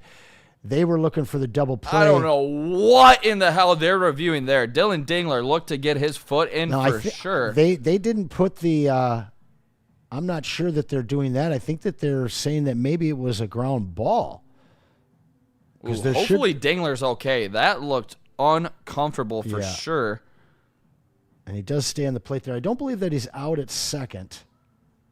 No, he definitely safe at second here, but for some reason they hadn't dialed up the second out in the inning here. So I imagine they're going to. Yeah, I would like to see another angle. There it is. So it was a line drive catch for the out, not a ground ball. And now the Royals will challenge the play at second, hoping for that double play to end the inning. Dylan Dingler's in here safe. They're going to lose this challenge without a doubt, and it's going to go to the top of the lineup to see if Colt Keith can drive home Dylan Dingler to get the Detroit Tigers back on top here, Anson. I do feel pretty damn comfortable Colt Keith on a lefty on righty matchup to get the job done, be able to come through for the Detroit Tigers. And if he is able to draw a walk, I like Gleyber Torres to get another RBI. It is Gleyber Day weekend, that's for sure. I like the way you set that table. As Michael Garcia awaits the call from the booth on the challenge, we are deadlocked at 1-1. Game 2 of the weekend, Labor Day weekend series between the Royals and Tigers. Again, we did the same thing last weekend, so they're going to run it back again. Tigers holding a 9.5 game advantage over the Royals in the AL Central as we get the call from the field, and the call is confirmed. He'll stay at second. Tigers still with an opportunity here to add another one on. I was surprised that it took so long there, Anson. It looked clear as day that Dylan Dingler was in there, and they confirmed the call. So good to see. And as we'll get Colt Keith up, like I said, righty on lefty matchup. Big spot here for Colt to get the Detroit Tigers the lead again. Dingler on second. First pitch on its way to Keith. Keith popped up. This one will be playable in shallow left foul territory. Not the swing he was hoping for. Well, maybe the swing, but he didn't get the contact he wanted. Tigers are done in the top of the 5th. We head to the bottom of the 5th in Kansas City. Royals 1, Tigers 1. Just really not what you want to see there from Colt Keith. He's chasing a fastball up and away, tried to take a big hack at it. Not what you wanted to see out of Colt Keith right there, who has been able to do damage against righties all season long, but he was unable to come through right there for the Detroit Tigers. But he's hitting he has an 818 OPS against righties. I wanted to see him get into that at-bat a little bit more. He tried to go first pitch. If you're going to be swinging first pitch, you got to dial it in. Make sure you're looking at one spot. I highly doubt that he was looking high and away for his one location to take a big hack at. Yeah, I liked your scenario better with Gleyber coming up to the plate right now after a Colt Keith walk. But the top of the 5th is in the books here. Tigers still tied up with the Royals. They'll continue to fight. And a guy named Ven Johnson and his trial lawyers will also fight for you. They're tough, they're tenacious, they're trial lawyers, and Birdie is going to tell you a little bit more about them. Why do we fight? We fight to protect the innocent, to hold the powerful accountable, to bring the oppressors to justice. Why do we fight? We fight to secure and preserve our civil liberties, to get each and every one of our clients the justice they deserve, and to make the lives of real people just like you whole again. ThenFights.com. Hey, we all deserve justice. If you need Amen. it, you need Ben Johnson in your corner. And the Tigers, they are going to need a hell of a fifth inning here from Jack Flaherty. This is that spot where he seems to kind of fall apart, or can we get the inning that's going to make all Tiger fans feel a little bit better as we see Bryce Underwood? Was it Interception, Michigan. They got that ball up in the air, but they got a tip ball. Rare defensive lineman interception there by Michigan. Obviously, Tigers rolling as well. Jack Flaherty needs to limit this inning to under 15 pitches if he wants a chance to pitch the sixth. I don't think they're holding him back at all as he throws a wicked knuckle curveball to get ahead of the count early. And a wicked one-handed interception there by the defensive lineman as we keep an eye towards the big house in Ann Arbor. Of course, your Michigan Wolverines are kicking off their season today against New Mexico as a second pitch to Michael Massey is outside, evening the count up at 1-1 strike. 1-1 count. You cannot make the mistakes here if you're Jack. He tried to challenge him there. Fastball up. Massey just torched it. Yeah, and you hate to see this fifth inning from Flaherty. You just never know what you're going to get. And the fact that he has so many pitches on him at this point, well, you got to wonder how much of a leash Hinch is going to leave him. We've seen blow-up innings a lot here, Anson. We truly have. This is, I don't want to be pessimistic. I'm going to try to Tuck that one away, partner. Exactly. All right, Grichuk here, 0 for 1 on the day. We're not going to put any negative energy in yet because I see a double play ball on its way to help Jack get out of this inning. I sure hope so, Anson. That'd be great for the Detroit Tigers and Jack Flaherty to get that pitch count down. Where is your faith at in Jack Flaherty? Do you believe he's the Detroit Tigers' number 2 starter still? I do. And, you may only give him 3 innings, but you've got other guys that you've acquired as well as brought up from the minors that I think can fill in those innings, because at the end of the day, in a 7-game series, we all want to see Skubal 3 times. Exactly. And I think Jack Flaherty, for him to truly hit his peak, we talked about it today, got to limit the walks, which he's been able to do today. And Flaherty keeps getting Grichuk to foul pitches off here. He's down 0-2 in the count. Flaherty would love to get a nice strikeout here and evade the bat of anybody to be able to push that runner from first further down the base pass. Ooh. Oh, he swung. Ring him up. Man. Come on. Check swing appeal to first base. Said he didn't go around. I thought Jack had that strikeout. Truly thought he did as well. I would like to see a replay on that one. And, Jack hasn't been bad today. 4 hits, 1 walk, only 1 run. But he's got to get out of the 5th here as he tosses back to first base, pushing Massey into the dirt. 1-2 count on Flaherty. I thought he went on that swing. I did too. Ooh, should have been a pick from Bryce there as we eye the Wolverines. That one tipped, nearly picked. They're knocking on the door. Let's and go. The third poke-out strikeout there gets Flaherty an out in this inning while he still leaves a man on first. Would love to see these next 2 outs. Get out of the 5th, Jack. Yes, big time ground ball, double play. Let's get out of the 5th, get a chance to get into the 6th with a lead. As you see a great shot of A.J. Hinch and pitching coach Chris Fetter, the magician. Fetter made. Outside fastball called for strike one. That's that Dylan Dingler frame job right there. Just tremendous defensively. Kyle Isabel's been framed. 0-1, struck out his first time to the plate. This one looked for the appeal at third, did not go around. Not sure why Isabel was swinging at that pitch low and inside near the dirt anyway. Jack Flaherty, 1-1. Another frame job. Wasn't fooling blue there. 2 balls, 1 strike. Pitch number 85 about to be on its way for Flaherty.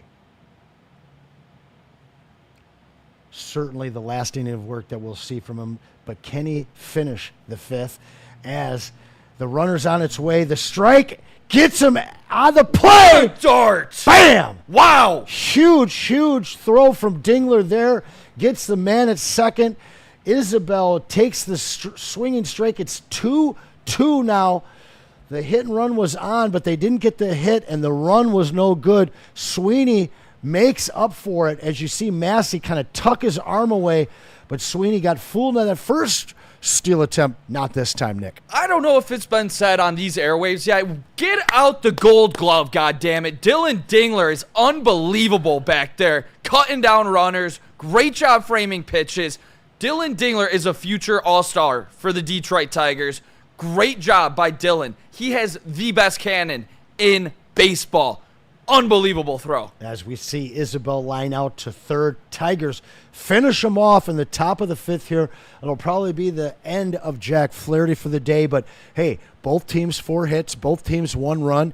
You can't get mad at 5 innings of allowing 5 base runners. Of course, he had the 1 walk, 3 Ks. Not a bad outing for Jack Flaherty. I actually think they're going to send him out for the 6th after that one. We'll see how it goes. Let's see if AJ gives him the leash. You hope not? Yeah, No, we'll I see. hope But not. how about Dylan Dingler helping out his pitcher right there, Anson? Love to see it from the Detroit Tigers backstop.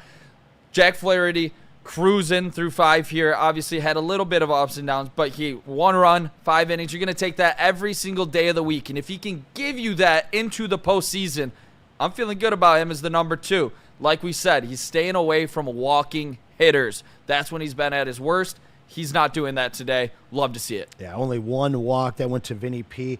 If they do bring him back out, he's got 86 pitches right now. I could see them bringing him out for 1 or 2 batters, but he will be facing the strength and the top of that Royals order. They are 1 for 5 today against him with that walk. So he's had some success against the top of the order. It's been the middle that he struggled with today. So I kind of like your prediction to see a little more Flaherty. I'm not sure that our listeners at home love it, but what I know everybody loves right now is all the talk we have of the minor leagues and all the prospects we have down there. We always talk about the same guys, so I try and dig a little deeper, and I found a guy who's been mashing at high A, a little bit older, but Isaac Pacheco has been breaking out for the high A program there. Anything you can tell us as we get a chance to look at this tweet from Sam Fosberg, who discussed baseball in regard to Isaac Pacheco? Yeah, Pacheco was a late bloomer in the system. He came in as a highly regarded prospect for sure. He was drafted in the 2nd round back in 2021 in the Detroit Tigers organization. He had a high upside. It was a big-time pick. He is finally settling in there at high A with a 908 OPS. Awesome. Like to see it from Pacheco. Let's see if he can continue that when he does get bumped up to Double A. Hopefully, when they bump up Kevin McGonigal here to Toledo, giving him possibly a chance to make the majors, even though when GM of the Detroit Tigers spoke to MLB Network, I believe it was, didn't sound promising. Okay, I'd love to see that bat in our playoff lineup here, but we shall see as we get here into the top of the 6th. Kohloff returns. He's been cooking, only 62 pitches, 3 here so far in the top of the 6th. 1-2 is the count. And that is Glaber smashes one off the right field foul wall. Got a lot of bad on that one, though. We got 2 super chats. Whoa! In Hey. the Woodward Sports chat here. It's I Ain't Say That. Hopefully Woodward weekend baseball stays around for a good while. Nothing like cracking a cold one. College football and baseball. Does this game go extras? ? Certainly looking like that, and we appreciate the super chat here. Shout out Xavier. At Woodward Tigers. Appreciate you guys big time. Big M100, Nick. And we got Dante 151, another super chat. When in the hell will teams learn not to try Dingler? He is a monster behind the plate. Also, 17-0 Michigan, and Bryce Underwood looks good. So far, so good for the Wolverines. Tied here in Kansas City for the Tigers. That one rocketed down to left. It's going to have a hard time. Third baseman looked like Torres kind of gave up on that one. He knew Michael had that rocket over there. Shout out to you guys for these super chats. If you are just joining us, make sure to smash that like button. It helps push out the content. Share it to any of your baseball buddies or Michigan fans, as we're keeping an eye on both here tonight in a packed Detroit, Michigan fall almost day here at Woodward Tigers. This is a blast here, Anson. It really, truly is not better than this. Gotta love Labor Day, man. You know all of it is about to come our way. Football is back.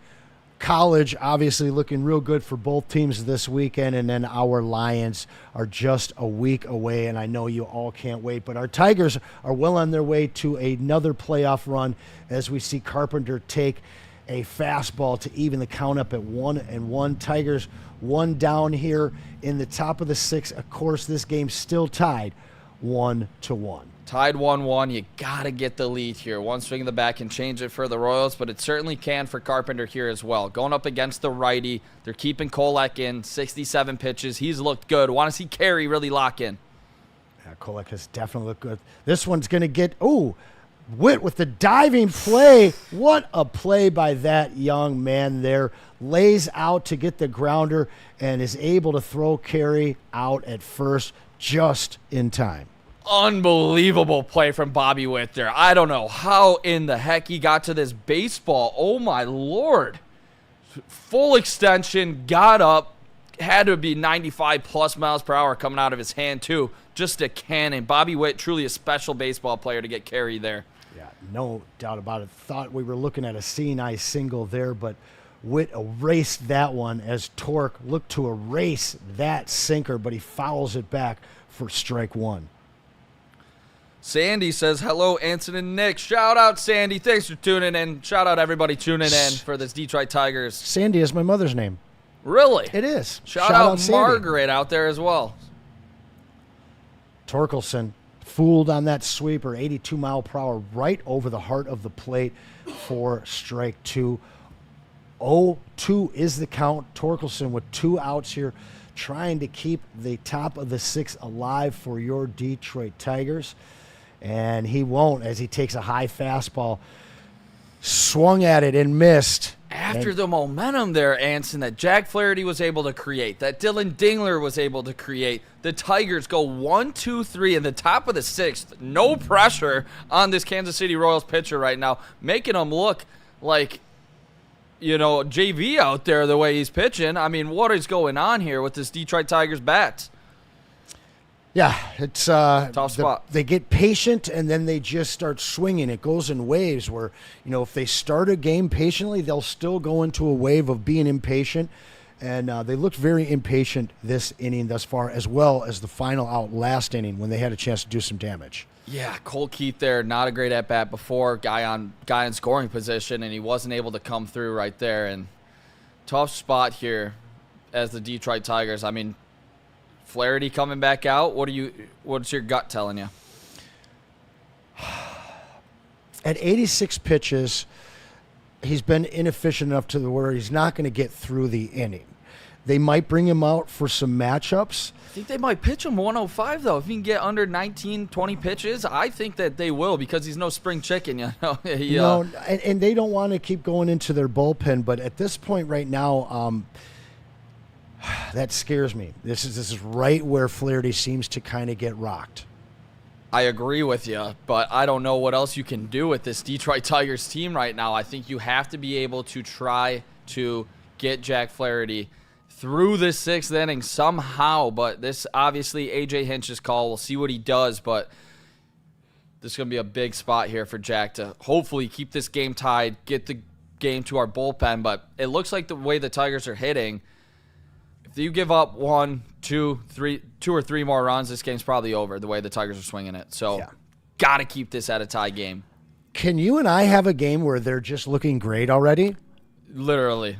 I don't like, know what are we doing? The tandem issue is when you and I are here, but the bats are impatient. What we are seeing, though, is some good pitching. We haven't had a whole lot of that when you and I have been together for this broadcast. Exactly. It's good to see a good game as well. So 1-1, even though it is a nail-biter, and obviously we would want the Detroit Tigers to have the lead here. We got a great game to watch, and New Mexico is actually driving on Michigan right here, looking like a nice jump pass out of the quarterback that played before last. 3rd and 2 as they are threatening here, and you do see Jack Flaherty come back out with a first pitch knuckle curve for a strike on Mike Yastrzemski. And Kohloff shaking some hands in the dugout there. Not sure quite why. And he's limited the Tigers to just 1 run. We are deadlocked from Kansas City. Game 2 of the weekend, Labor Day weekend series, tied 1-1.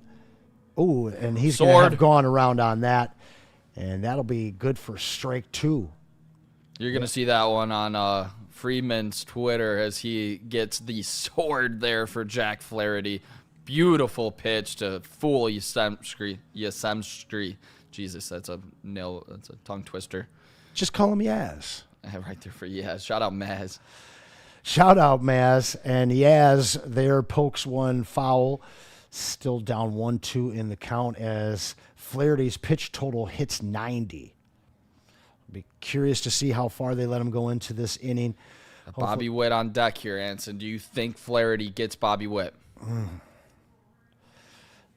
Well, after that knuckle curve goes into the dirt, driving this count to 2-2, I would imagine that if he can get Yaz out, he will get a chance to face Witt. I think that if he puts Yaz on base here, you're probably going to see the hook. 2-2 pitch. On its way from Flaherty to Yastrzemski. Yastrzemski punishes one into right field, but it's not going to be enough. Carpenter with the play right before the warning track, and I think we are going to see the Flaherty-Witt matchup here.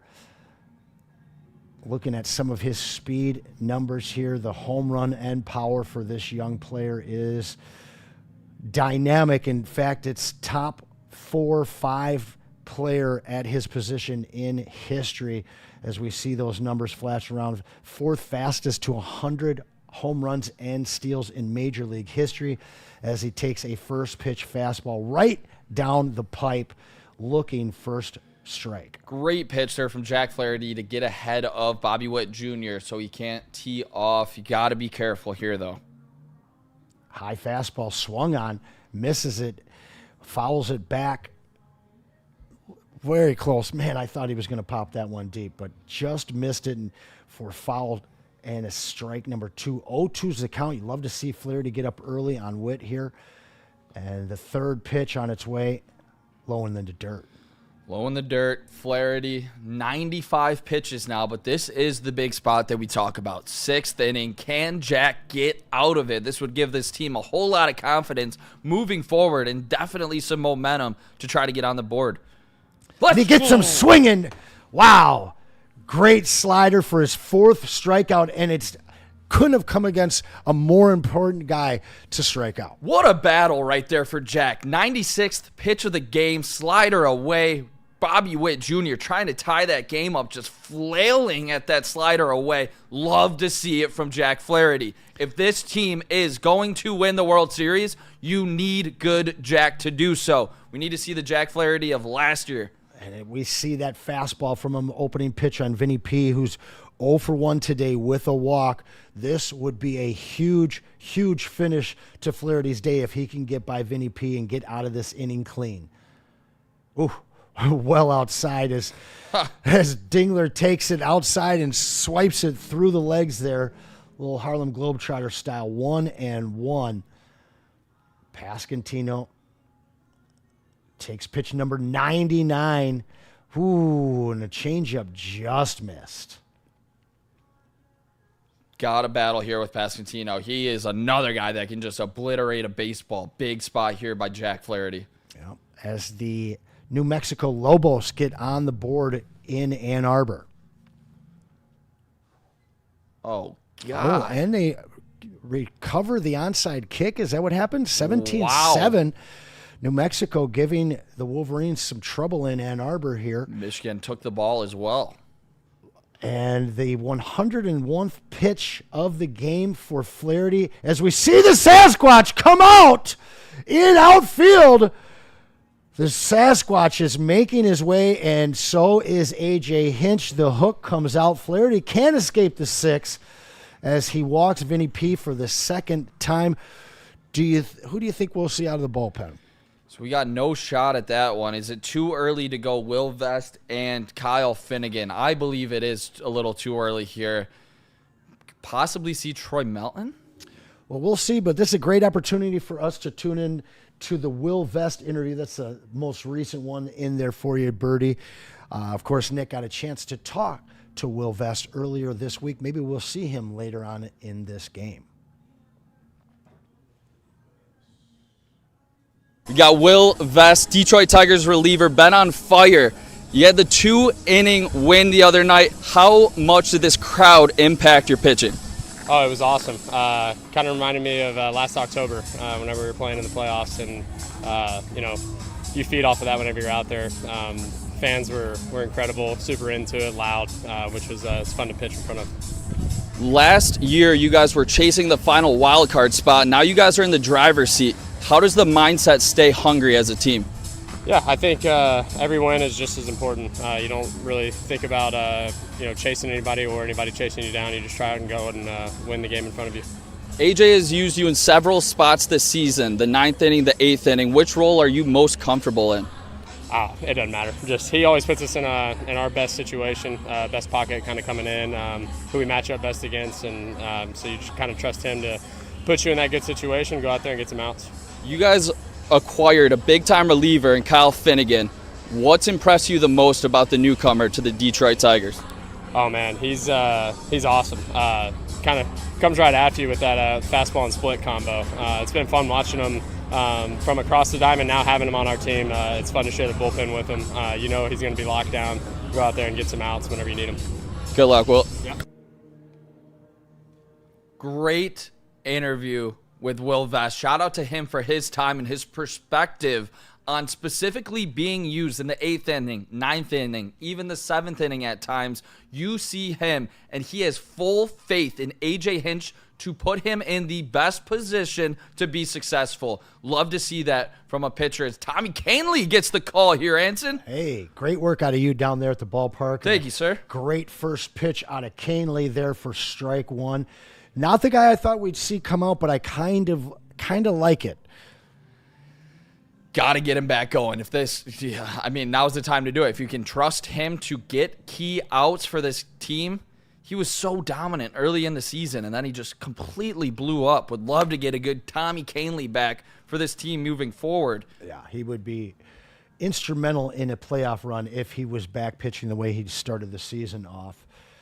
Count is 1-1. Man on first here, 2 outs, bottom of the 6th, and the changeup clean down the middle for strike 2. Great job there by Canley, keeping him off track. I mean, the changeup was up, but you got the call there. After you. Canley, 1-2 pitch on its way. And he struck him out to end the inning. Canley comes in and does exactly what they ask him to. Tigers hold the tie still as we head to the top of the 7th here. And you got to love to see him come in and get that out. Tommy Canley, baby. Let's go. AJ going to his bullpen arm. Mr. Changeup himself. Great move by AJ to try to get some faith going in Tommy Kahnle again. Great to see him help out his pitcher, Jack Flaherty, who officially goes 5 2/3 or 6 2/3 or God damn it, 5 2/3, I believe. Jack Flaherty, great outing, 1 earned run. Love to see it for the Detroit Tigers. Second pitcher, Jack Flaherty. Big spot for him moving forward, Anson, as we get closer to the postseason. Your number 2 pitcher, Tigers fans. And we will come back to Riley Green, Wen Seal, and Dylan Dingler, 3 guys that could absolutely change the look of this game very, very quickly. Let's take a look on our own here. Where are we at? Give him a Woodward commercial. The boys of summer are ready to get back to the playoffs, and there's no better place to get your Tigers coverage than Woodward Sports. Join us all season long as we follow as our hometown Tigers claw and fight. This ball is gone! The boys are back in town. Feel the roar with Woodward Sports. How do people feel about getting a Planet Fitness membership for $15 a month? How do they like working out in a clean and spacious gym that's filled with equipment for every workout? And how about free fitness training in the judgment-free zone that leaves them feeling energized all day long? Join Planet Fitness today with the free PF app, online or in club, and start getting that big fitness energy for $15 a month. And as we saw in that Will Vest interview earlier, did you see his face light up when I asked him about the new pitcher in the Tigers bullpen, Kyle Finnegan? Has to be one of the most underrated trades of all time. I never want to see this bullpen without Kyle Finnegan in it. He's on a 1-year deal right now. Obviously, the rental. This guy should be a Tiger for the rest of his career, Anson. 13.1 innings this season. Hasn't given up an earned run. What, 2 hits? 3 hits, 3 walks, Amazing. 18 strikeouts. Wow. Finnegan has been everything for this Detroit Tigers bullpen to give AJ just another piece to use that you can rely upon as Riley takes the first pitch. Yeah, we've relied on Finnegan on our dynasty team for a couple of years, and I loved that acquisition. I told everybody that was our closer for the playoffs, and he has really been even that much better since donning the Tigers uniform as you watch Riley Green foul one off to even the count up here in the top of the 7th. 1 ball, 1 strike. He's 0 for 2 today with 2 groundouts. Love to see him put one in the air here as it's Schreiber, pitch number 3 inside, 2-1. Good count here for Riley to do some damage on a baseball. If anybody's going to do it, I got faith that it can be Riley Green.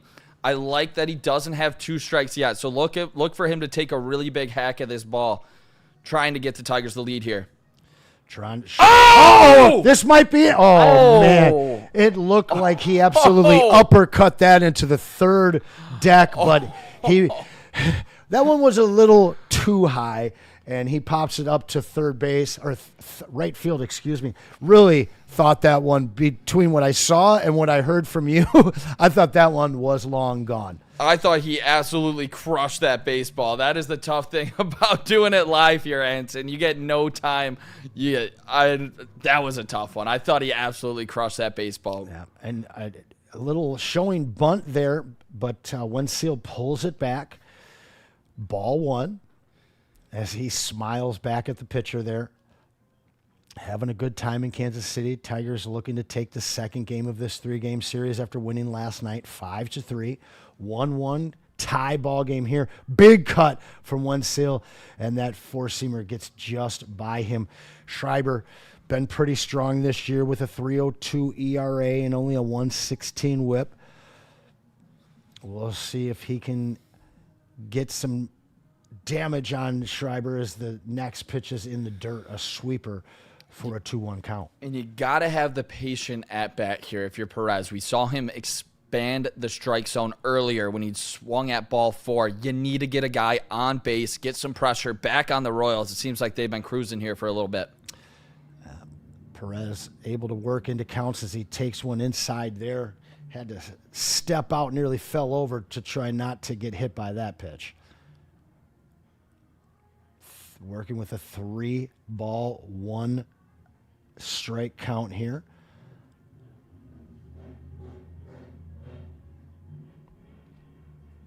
Wenzel, ooh, man. Did he? Oh, I thought he got a hold of that one foul, but no, that one was past him. 3-2 count here. No, he did get a hold of that. Yeah, he got a piece of that one for sure. But once again, that inside pitch looked like ball 4 again. And he sent that one careening into the Royals dugout. Send him a message, Wenzel. The 10th pitch for Schreiber here in the top of the 7th on its way. 3-2. Rocketed in the gap between the first and second baseman for the hit. Tigers get one on here with 1 out, top of the 7th. And the rally begins, my friend. Let's go. Exactly what you wanted to see. Great piece of hitting there by Perez to get on base, stay inside of that baseball, take it right to pole side right field, got on base. Wouldn't be surprised if you see him in motion here a little bit. Wenzel, good speed, not elite speed, but pretty solid base runner to try to get in scoring position for a guy with already 2 hits today in Dylan Dingler. Yeah, Wenzel manning center field for us today. Definitely has some wheels. They don't send him that time as the first pitch is a sinker for a strike. Dingler, 2 for 2 on the day, both singles. They'd love to keep this rally going here in the top of the 7th. Dylan Dingler, big spot for the catcher. Dingler pokes one. This will get down. This will get down. And they send Wenzel to third. They don't even make, well, they do make the throw back to second. And Dingler in safe as they work it around the throws. Dingler's single turns into a double and gets Wenzel into scoring position at third. Tigers threatening in the top of the 7th. Dylan effing Dingler, baby. Let's go. What can this guy not do? You've seen him run the bases at an elite level. The awareness to take second base on this throw to the third base after trying to get Wenzel Perez. Great base running by Dylan Dingler. And once again, he's staying to up the middle. He's already went to right field once. Dylan Dingler is elite. God damn it. This guy's going to be an all-star. He's amazing behind the plate. Dylan Dingler, future all-star to clarify, but everything for this Detroit Tigers team. He is the epitome of gritty at bat, Dylan Dingler. That's right. 3 for 3 today with a throwout of a runner trying to steal second, and he's able to lengthen that single into a double there with that great base running that you mentioned. Definitely the Tigers MVP of this Saturday Labor Day game, Labor Day weekend game, and Schreiber finds himself in some trouble here now. 2 men on, second and third, as he pitches to Sweeney. First pitch sweeper by him for a strike. Swinging strike. Want to lay off that one if you're Sweeney. You're not going to do any damage to that baseball. But the biggest thing here, like I said with Ibanez earlier, you got to have a productive at-bat. We've seen Sweeney strike out in these spots. Infield pressed in here for the grounder. They'd love to get that double play ball to get out of the inning. Sweeney takes the second pitch inside. 1 ball, 1 strike. Schreiber readies the pitch. High heat, taken for ball 2. Sweeney looking more patient. Definitely looking more patient. Love to see it from Sweeney. Perez at third. Dylan Dingler at second. Single probably scores 2 the way that Dingler is on fire on the base paths right now. Absolutely. And there's a nice pitch fouled off. That'll even the count up at 2-2. You absolutely cannot strike out here if you're Trey Sweeney. You just can't do it flat out. This is a spot in the playoffs where it will come back to bite you. Guy on third, less than 2 outs. You got to get a productive out here to get the Detroit Tigers the lead, to get to those elite bullpen arms that we spoke about. Yeah, that's right. Sweeney 1 for 2 today. Takes a high fastball for ball 3. Tough pitch to lay off of. Little high, little inside. Schreiber. Crazy take. Looking a little nervous out there. That's a tough take, but a good one. Yeah. Hell of a good one. Tough to pitch to swing on anyway. Dylan One Dingler out. probably gets that call. Yeah, 1 out. Ooh, and he follows that one back. 1 out. 2 men on. Full count for Sweeney. The Tiger fans littered throughout, the Royals faithful, excited, nervous, hoping that the Tigers can take the lead here and capitalize on these 2 runners in scoring position. This one going to be popped up. Shallow. Shallow right field. I don't know if they're going to bring him. Probably not when Seal holds up. Oh, and it gets past him. When Seal will go. No, what is going Come on? on, Perez. Salvador Perez misplays a bad throw. It drips into the backstop. What the? When Seal had a great opportunity to run, pitcher was able to catch up to the ball, and man, an interesting decision to not send him. He was just fumbling around with this baseball right here, and even if not sending him, you see this ball get through, you got to be immediately on your high horse tailing it home. This is a game-winning run we're talking about here, Anson. He stopped a little Right too there. early there. Should have stayed off the bag, but a good decision to not continue home after he'd already made the mistake of holding up. Right there, you got to stop and Right there. Yeah. As soon as that ball gets past the catcher, I mean, right there, he's fumbling around with it. Well, as the throw comes in, he was already retreating to third. He should have been just staying a couple steps out there to minimize the distance to home bag in case there was a bad play at the plate, which there was. Tigers can't capitalize as the skipper walks out for the Royals here. We might have seen the end of Schreiber, and we have, as we will go to a break here. Royals reach into their bullpen to try and get out of the 7th inning here. Tigers threatening still, man on second, man on third, tie ball game here. Tigers get into the 3rd pitcher for the Kansas City Royals at this point. And you got to See if AJ Hinch counters. You got to feel pretty good right now, even if they can't capitalize on just in the momentum that they're carrying right now.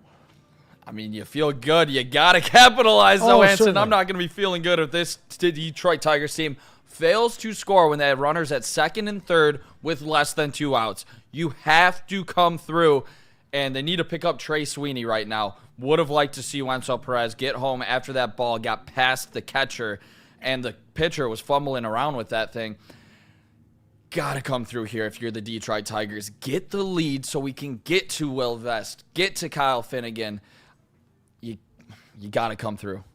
Wolverines gave up another field goal, but then tack on a 3rd touchdown with 21 seconds left in the first half. Your Wolverines lead the New Mexico Lobos 24-10. Probably not the score at halftime that a lot of Wolverine fans were hoping for, but you're talking about a freshman QB in his very first game, prime time, late night game. You can't hate those early results, 24-10 at halftime, Nick. Definitely not. They had a big onside kick recovery, if I'm not mistaken. Obviously, we're not as dialed into this Michigan game right now, but I did see the Bryce Underwood great touch on the touchdown pass to Marlon Klein, the tight end. Bryce Underwood cooking so far in his debut. He's made some mistakes, of course. He's a freshman. This is his first game ever. Sharon Moore probably speaking on Bryce Underwood right now. Love to see, or I am thrilled to see Bryce Underwood 12 of 17 for 144 yards, 1 touchdown in his debut so far. And no I mean, picks. you can't complain. No picks. No picks. You got to like that. Exactly. As Zerpa comes back in, a guy we saw last Sunday here during the last Tigers live stream on Woodward Sports, he'll face off against Z-Mac, who has been pinch hit into the game now. He will replace Abanez. And he gets a slow dribbler over to, and nearly beat it out, but the Tigers are finished in the 7th. They knock on the door, but weren't able to cross home plate. This one remains tied 1-1. Terrible. Just terrible baseball right there. What in the heck are we doing? This will come back and bite you in the playoffs. Be a key reason why this team could possibly not get to the World Series. Maybe not even get out of that second round because of the timely hitting. Baseball 101. Guy on second and third. Honestly, I would have bunted Trey Sweeney there for all I care.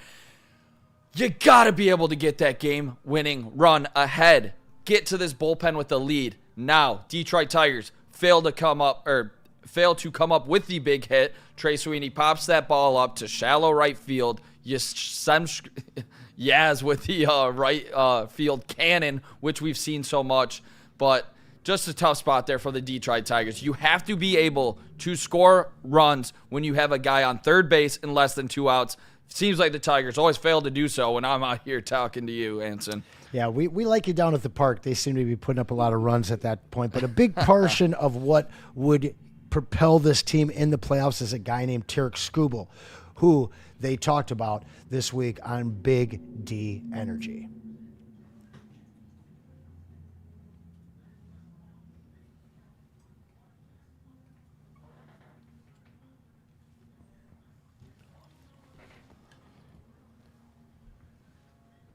We'll get that up for you in just a moment here.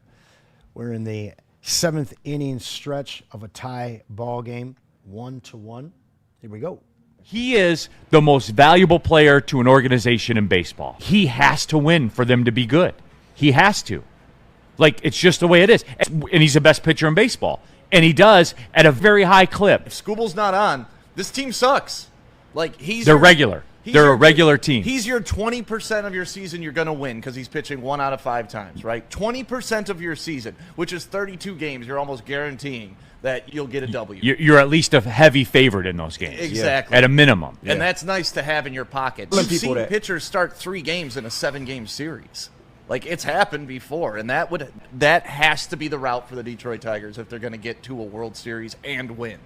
Skubal's got to pitch 3 times in 7 games. He is the key. He's the MVP. He's the most important player. They will go how Tarek Skubal goes.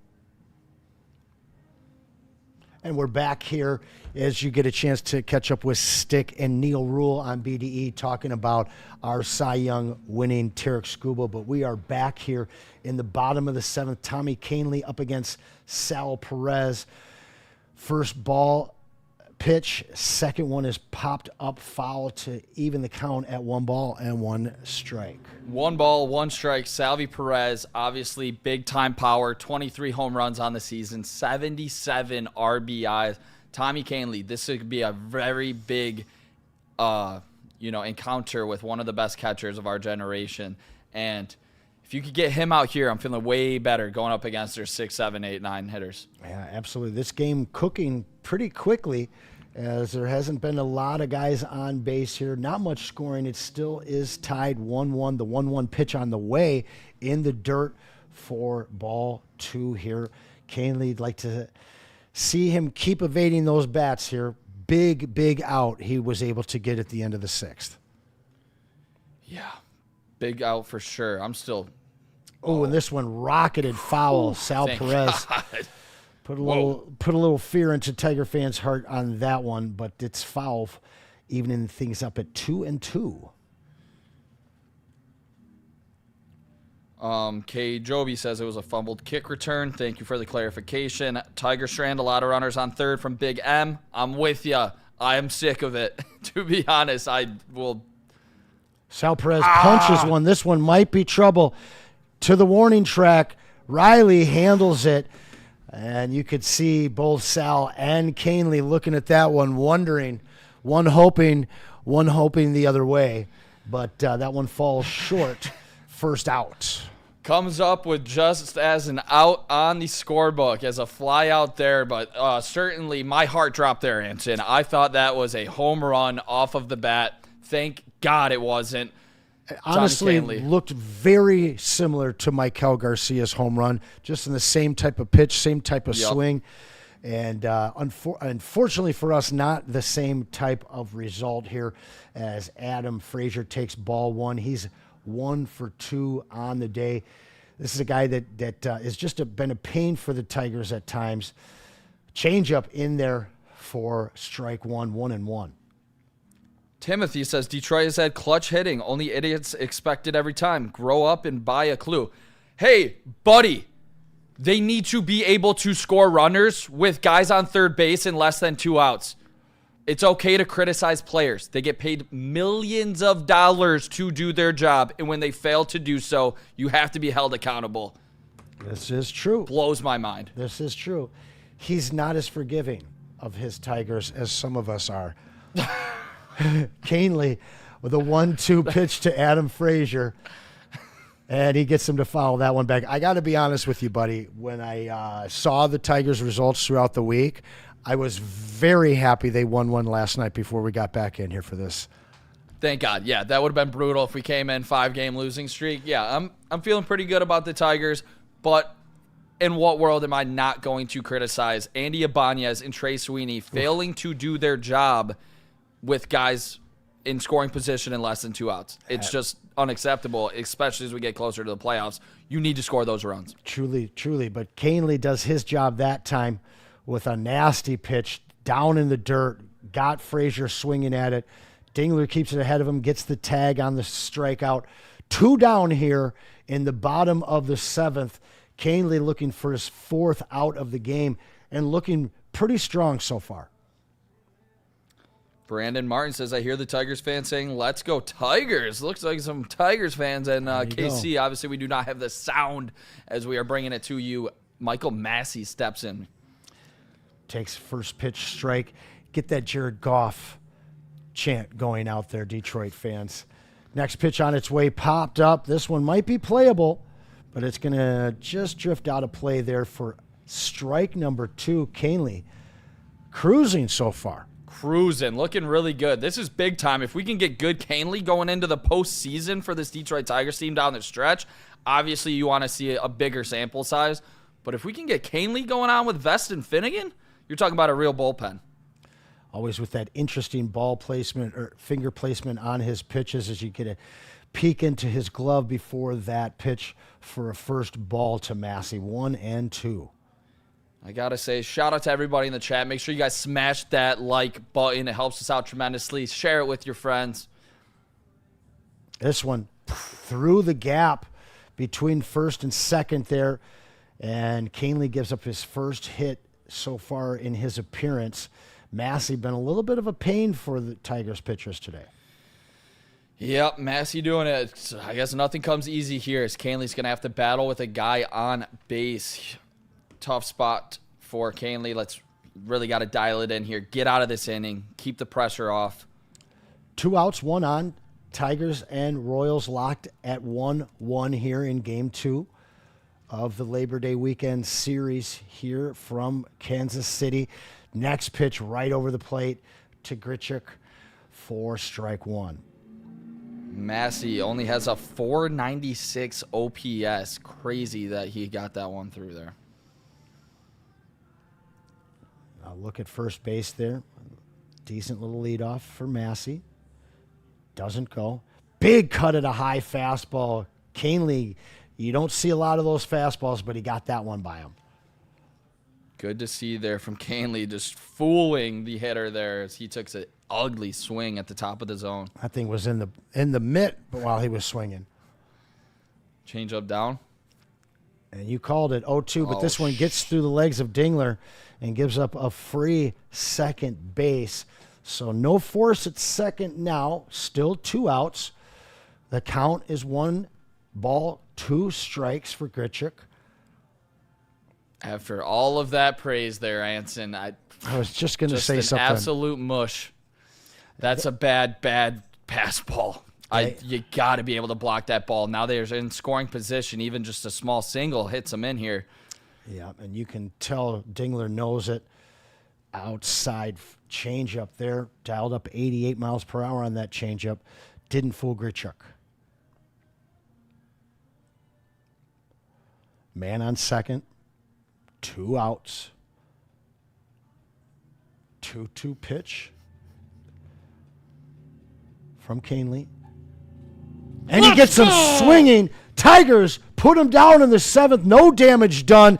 4 huge outs from Canely. You got to love to see that, Nick. Beautiful pitching right there by Canely. He gets the big strikeout in a big spot for the Detroit Tigers to keep this score tied at 1. Canely looking great in the back end of this bullpen as we inch closer to a Will Vest or Kyle Finnegan sighting. Love to see it from the Detroit Tigers. Reliever who started the season so hot, absolutely melted down, and he looks to be back on track as we inch closer to September. This is great to see for the Tigers moving forward, Anson. Could be a huge, important piece. Where is your confidence level? Are you back on the Canely train, or do you still need to see the bigger sample size? The fact that you have Finnegan to help Will Vest finish those high leverage innings, and you can bring a guy like Canely in here after he's seen a starter, and all of a sudden he's dialing that changeup for him. I like the confusion that he brings, if you will. I think that he's going to be a valued piece of this staff here as we get to the playoffs. One thing that I am looking forward to, September 6th, Saturday down at the ballpark, they host the White Sox, and they are giving away a Motor City Magic El Mago shirt. You might need to get down there and get one of those for Mr. Neil Rule. Exactly, yeah. I mean, no doubt about it. Neil's favorite player, Javier Baez, loves him. No, obviously joking here. Speaking of Neil Rule and all of the shows, make sure you guys check out Big D Energy, 11 to 1 o'clock every weekday. Before that, make sure you guys wake up with Sean Baligan Show with Maz in the mornings every single day. Wake up with them at 8 a.m. They do a great job there. They do. Make sure you check out the Braylon Edwards Show with Shep, 2 to 4 o'clock. And then finally, the Woodward Heavyweights, Easy and Spencer, 5 to 7 p.m. I'm in the sound booth, big part of the show. It is a great time right now for Detroit sports, so make sure you guys check it out with Woodward Sports. What a time to be in sports media here, Anson. I love our job. It's absolutely wonderful. And as we wait for the game to come back here, I do want to mention we have 2 new shows that we've started in the last few weeks here. Of course, you can join Justin and Haley as they break down college sports. I got to tell you, Jay saw the new alter ego of Justin. The guy's dialed in to college sports betting. He already hit from this week's show, so you want to tune into that. And then we got the Fantasy Jerks on Wednesday night, dialing up your fantasy information so you can win your leagues. As Lucas Urseg comes out, 1 pitch, 1 out. Tigers would like to see him a little more patient against a guy like Lucas Urseg. Got to see the patience, but then again, yeah. Urseg's a problem. This effing team. 2.65 ERA. Torres up. Got to get him on base here. Yeah, you saw Colt Keith take that first pitch, knocked it for a ground ball, easy out there. Not impressed with Colt Keith tonight here, Anson. No. He's not done his job well. He talked about hitting in that leadoff spot when we played the interview earlier, but just not setting the table as you want to see. Yeah. Not taking many pitches and not getting anywhere near first base today. Unfortunately, he is 0 for 4. Glaber 1 for 3 on the day. Does have a strikeout, but also has the only RBI for the Tigers. Let's see if he can get something started here as he knocks another one foul, flying behind 1 and 2. Left that one up there. Yeah, Anson. I thought that one like was going to get done smashed. some big time damage here as he just shuts down lefties with a 482 OPS. But an 8-15 against righties. 1-2 count for Torres. The pitch high, evens him out 2-2. 98 mile per hour. He dialed up on that one. 98 up top. That is so crazy that he just obliterates left-handers. So you want to see Torres or Torque do something here against the righties with the over 800 OPS. Yes, sir. Urseg with 1 down here in the top of the 8th. Nasty slider there, just misses. Tough pitch to lay off. What a take there by Glaber. We got Carpenter lurking on deck. Tigers with a real opportunity here with the top of their order. 1 down, though, so far, Colt Keith. And another foul away there from Torres as he continues to battle. It's another great at-bat by the Detroit Tigers. All-star second baseman Glaber Torres. Every single night, every single game, you know you're going to get great at-bats from Glaber. Certainly has been the case all season for him. And that one gets the 98 mile per hour fastball right by him. Urseg took a chance there and dialed up the velocity to get it that K. First one of the game for him. Rare swing and miss in the zone there by Torres. You don't see it too often, but he blew him away with that fastball. Great speed on it. He shuts down lefties, but Kerry Carpenter has a thing or two against righties, does some damage. First pitch, slider in the dirt, into the backstop. Carpenter 0 for 3 today, all 3 on groundouts. 262 average, 22 home runs for the big guy. This one passed him, 90-mile-per-hour changeup. Tough pitch to identify there. That was a nasty pitch. That was a lot of run going the other way, away from Kerry Carpenter. That was a... Now I see why he shuts down the lefties there, Anson. That was incredible. And we shared those stats with you earlier, how good he is against lefties. And he gets another swinging strike on Carpenter. Go up 1-2 here. No one on for the Tigers.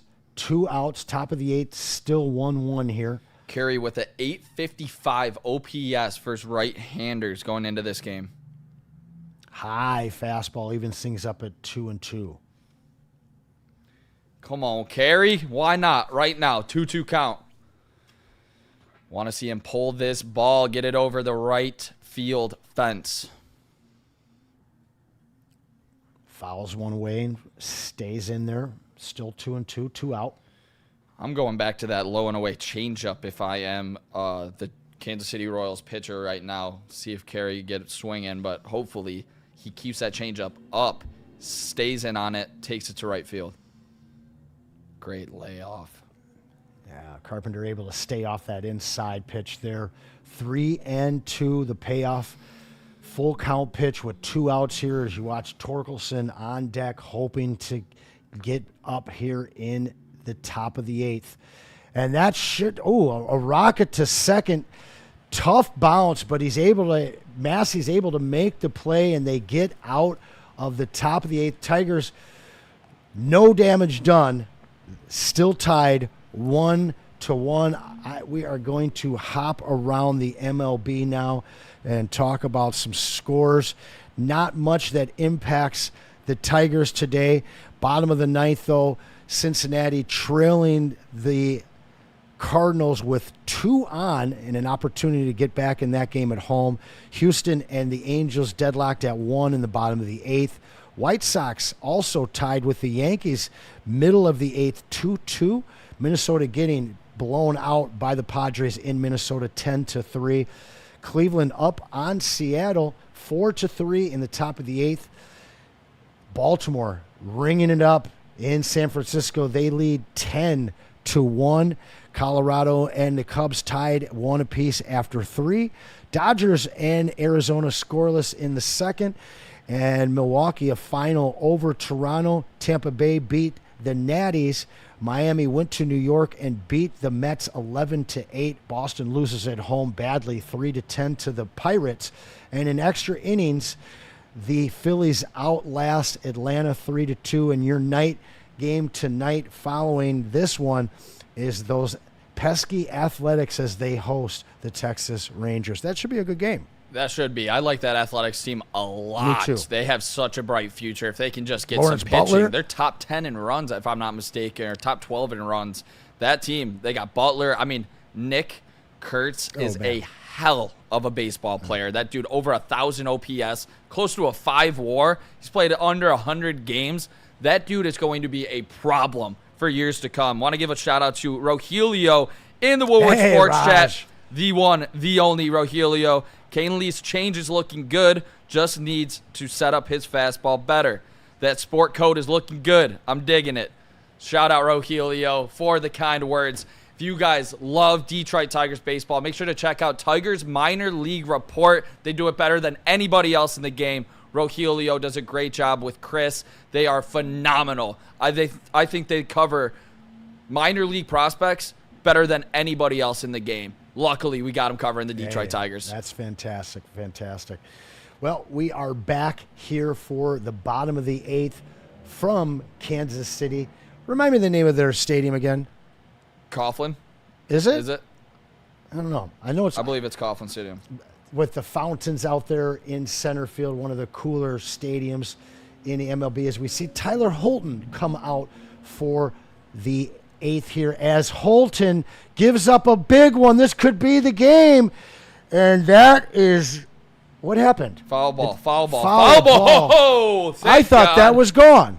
Thank the Lord it wasn't there, Wow, Anson. man. Oh, my gosh. That Kansas City wind costs Nick Lofton a go-ahead home run here in the bottom of the 8th, and a collective sigh of relief from Tiger fans as Tyler Holton's first pitch got taken for a ride, Nick. Oh, my Lord. Tyler Holton hasn't been as sharp this season.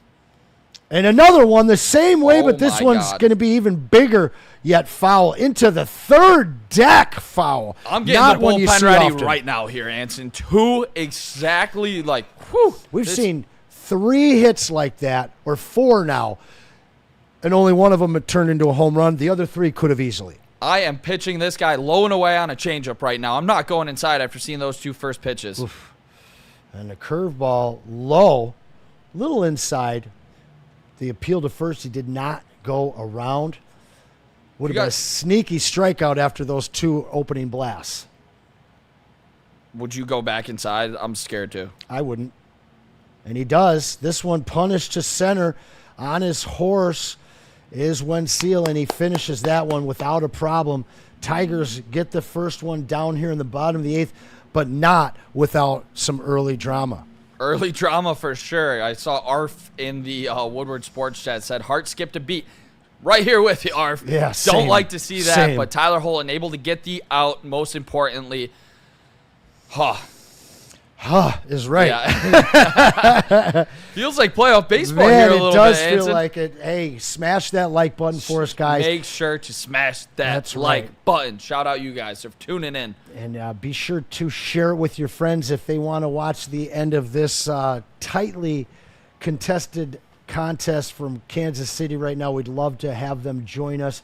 As you see Chris Fetter make his way out to have a little talk with Tyler Horton, joined by Dylan Dingler. You like that green mitt that Holton's sporting? Not a big fan.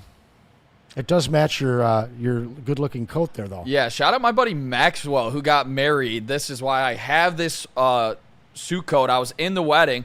That is such a smart thing to do when you get the suit, to be able to actually own it after instead of renting it. We did that. Phenomenal work. I had some friends do that. They're like, we don't want you to rent it. We want you to be able to keep one and go to home. But I know, Steve Ricks, you're not watching, wasn't the greatest sports coat. So I would have been happy to rent the tux in that situation, to be quite honest with you. Yeah, I was thrilled. Shout out Maxwell and Abby. I think they had their anniversary coming up here shortly. Shout out for Steve Ricks for getting divorced and getting away from that woman. Yeah. Oh yeah, we were all quite Not a happy fan? about that one. He is remarried with kids and happily out in Arizona. Shout out a longtime friend of mine. Shout out. You guys were thrilled to get him out of that one? Or that he got Yeah, out of that we one? all were. We all were. As we'd love to see Holton get out of this bottom of the 8th here. High fastball pushes the count to 2 balls and 1 strike. And it's Holton versus Tolbert, the pinch hitter in for Mike Yastrzemski. The righty on lefty matchup is what they wanted here. Tyler Holbert on the season, hitting .235 with 1 home run. Guy that doesn't see a whole lot of action, and should be an easy out for Holton here, despite being the opposite hand. 2-2 pitch on its way from Holton. Pops him up foul. Tolbert stays alive. I do like that green coat, though, my friend. It's I a appreciate sharp-looking it. I know coat. you are the Sparta fan, so you love every color. Alumni, green, but brother. yeah, that's a tough color to pull off, and you crushed it with the outfit. I gotta say. appreciate it, Anson. That means You guys a lot. should see the shoes. I've been rocking this little sweater shirt for a little while at the Detroit Tigers games. I actually got to cop a few more fits, to be honest. Running a little You and me dry. both, brother. You and me both, as we see New Mexico Uh-oh. Punt to the Wolverines. They declined to return it, and Holton declined to put that one over the plate as he issues out a free pass to Tolbert. Not something you want to see here in the bottom of the 8th with a guy named Bobby Witt coming up to the plate. I'm not going to lie, Nick, this has disaster written all over it, considering how all over the place Holton was. You're going to probably see Tolbert on the run here from first, a speedy guy that they were able to get on with that free walk. You cannot walk that batter. Not You right in just front of Witt. Cannot do it. This is a very tough spot. He's ahead in the count, though, luckily. Yeah. And this one clobbered. This is a problem. On his horse, wins seal, and it's gone. What are we doing, Anson? We talked about not taking advantage when we had the runners on third base with less than 2 outs. The best player in this game just hit a 2-run home run to take the lead. Detroit Tigers are going to lose this game because they couldn't get the timely hits. Tyler Holton just walked a hitter, and you just got Bobby Witt Jr. annihilating that baseball. Yeah, I got to be honest with you. Tyler Holton looked like absolute ass against Tolbert. Issued the free walk, just like you talked about all game long, right in front of the best bat that Kansas City has, and Bobby Witt Jr. made the Tigers pay.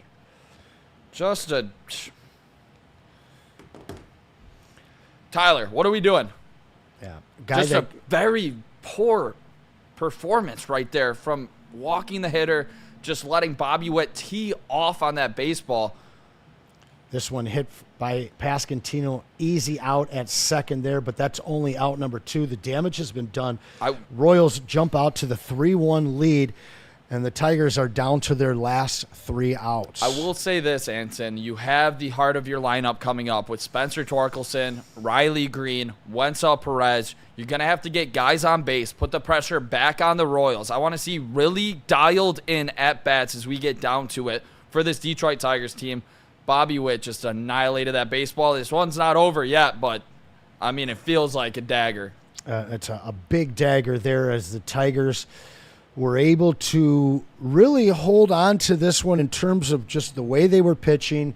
They had opportunities to put more runs on, but the way this game felt, they seemed like the team with the momentum on the road. But all it takes is a new pitcher, a walk to a pinch hitter, and then you get your superstar up there to raise everyone out of their seats in Kansas City. I imagine the environment right there, right now, is not one that the Tigers are loving. Exactly. I mean, this is just a tough spot. Tyler Holton, he just gave up the big-time home run. Hell of a play there from what a touch throw. Pass from Bryce Underwood off of the play action. Very nice-looking play. He's got his tongue out. He's clowning around.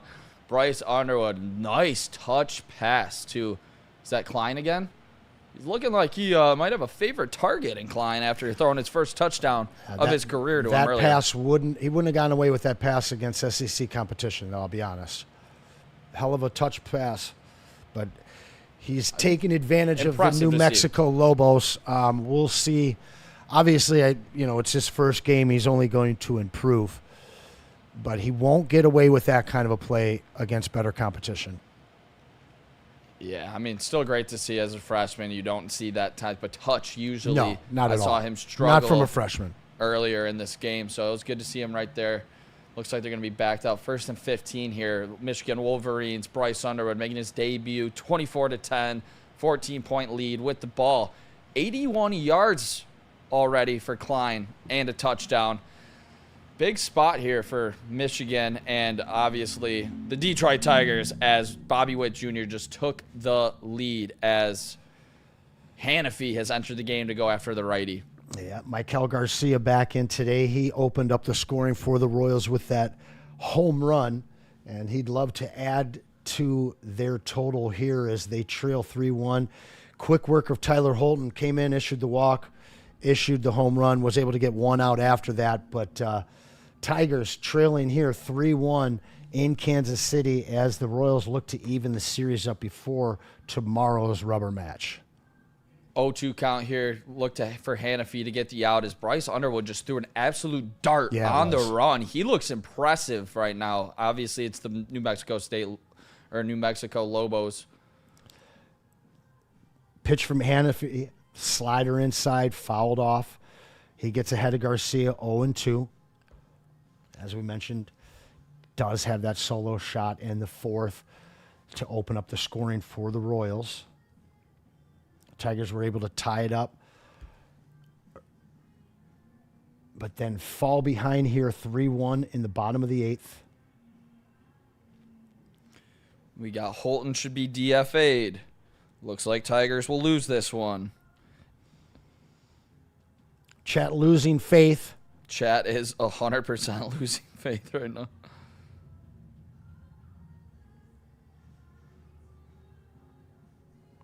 Pitch on its way, 1-2. Ooh, and that's a nasty sinker. Lots of movement.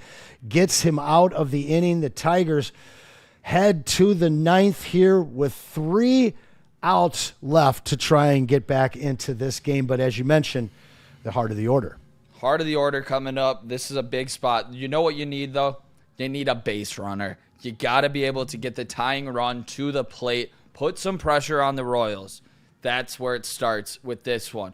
Want to see Spencer Torkelson truly lock in. See some pitches, stay inside the baseball, and we'll see how he does. But, I mean, this game is just all about missed opportunities here, Anson. You saw the superstar for the Kansas City Royals able to take advantage as the Detroit Tigers and Trey Sweeney and Andy Ibanez fail to. Yeah, well, Chet, you haven't missed your opportunity to hit that like button, so please smash that for us. You still got some time to get your super chats in, and those super chats we will make sure that we read during the post game immediately following this. We're not going anywhere. It will all be in one show, so just keep it here for now. Shout out Birdie, making us look real good in the booth. Birdie. Of course, this is Nick Kohloff, our Woodward's Tiger Insider. My name is Anson Wells. This is the Woodward Tigers live stream. We will be back tomorrow. Yes, sir.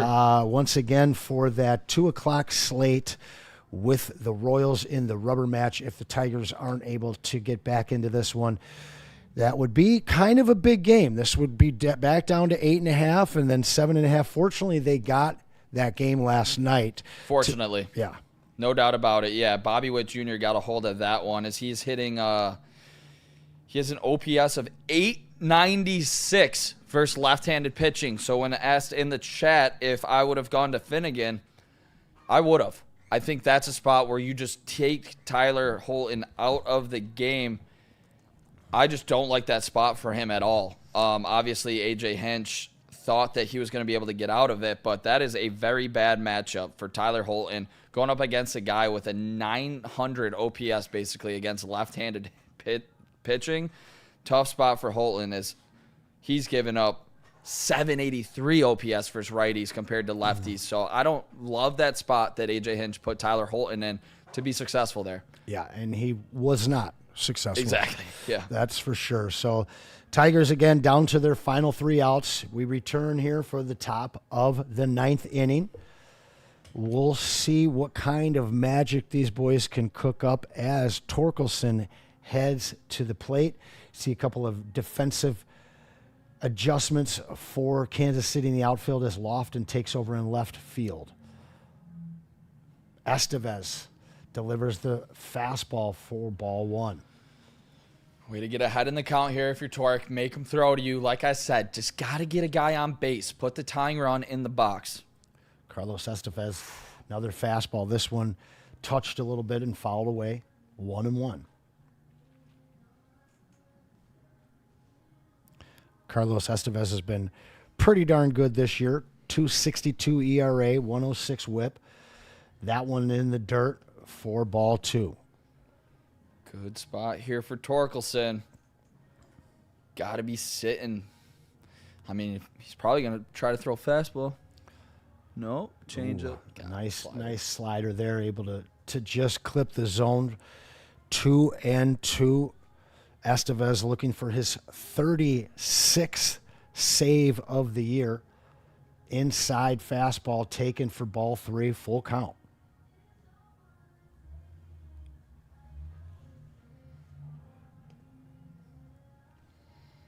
As we watch Riley Green warming up on deck here. This one punched back to Estevez, and he'll flip it to first for the first out. Tigers down to their last 2 opportunities. Little comebacker to the pitcher. Weak contact. Easy. Hate to see it from Spencer Torkelson. Just a little too easy. This team, man. I am going through it over here. Bunch of emotions. Trying to dial Just it need in. to get to the playoffs, my friend. I've never wanted a season to end so badly, so quickly. It's been a crazy up and down badly. season. It has. It has. Riley Green in, looking to make this game up and down as well. They're trying to get back up here as they trail 3-1. First pitch fouled away. 0-1, 1 out. Estevez delivers, blows another one by him. 2 straight fastballs, 2 straight swinging strikes. Estevez challenging Riley.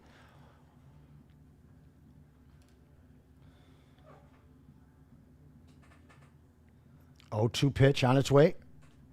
He's able to catch up with this one. Looks like it's going to foul in. Yeah, it's fouled and into the stands there, unplayable off the net. Riley knows he was close. Would have been a big spot to get that tire onto the plate, but yeah, Detroit Tigers just have blown so many opportunities. 0-2 count for Riley. We've been in this position too many times to count where we have seen him swing and miss at times like this. No balls, 2 strikes. Another fastball. This one might get down. And it does! Off the glove in left field. Riley will be able to get into second, no problem. And 1 out, 1 on. The tying run comes to the plate as the bone saw comes out. Bone saw, baby. Let's go, Riley. Come on. Great piece of opposite field hitting. Inside out on that fastball. Took it right to left field, and boom. You got the glove on it. Wasn't able to come up with the big catch. Detroit Tigers got a guy in scoring position. Down 2. Believe it's Perez stepping to the plate here. Gotta take advantage. Yes, sir. 1 out. Wenzel takes a high fastball. 4-1. I'd have no problem with him getting that free walk with your boy Dylan Dingler waiting in the wings here. Riley, a little bit of a lead off second there. Wenzel pops this one out of play foul. Would have liked to have seen him take that right there, not going to lie. Yeah, doesn't love that swing there by Perez, but we'll see what happens here. If we can get him on base, Dylan Dingler coming up, ability to take the lead could be big. Estevez blows the fastball by him for strike number 2. Been dialing up some heat here. We've seen 3 of those pitches get by Tigers bats. 97, 98 mile per hour. The 1-2 pitch. Pitch number 14 is in the dirt. Sal's able to keep it in front of him as it drips back out into the diamond. 2-2 count here. Wenzel, patience. Definitely okay with Riley Green not trying to run into an out there. That is a good base running. You're not, you're only down 2, or you are down 2, so that would have been just a boneheaded play. So good eye there from Riley to not try to push it. Estevez looks back at Riley. The delivery. This one high, but he got him to swing on it, fouls it away, and stays alive as Wenzel. 2-2. 1 out here.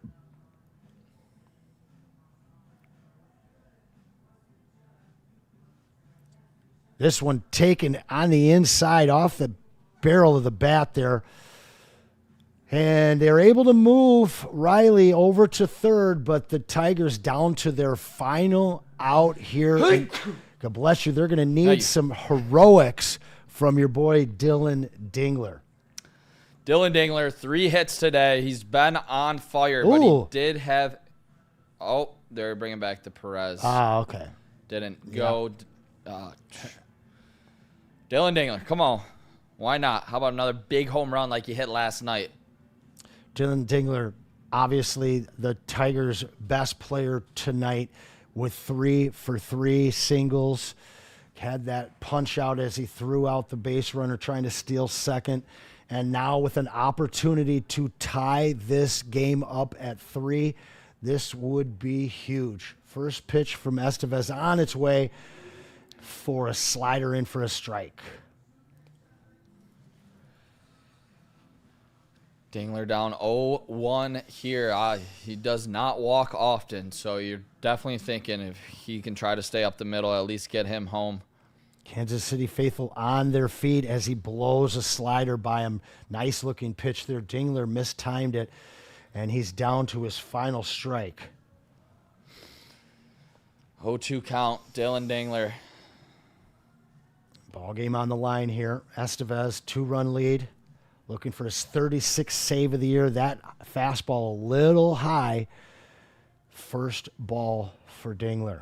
1-2. Sweeney on deck there.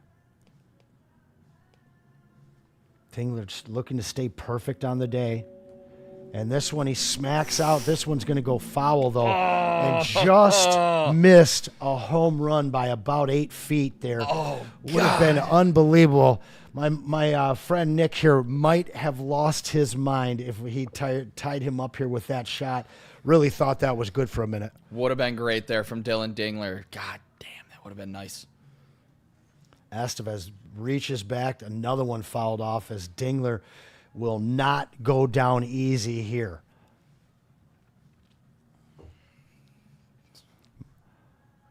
My cohort here is a little nervous, so I'll handle the call on this one. Dingler, 1-2, 2 outs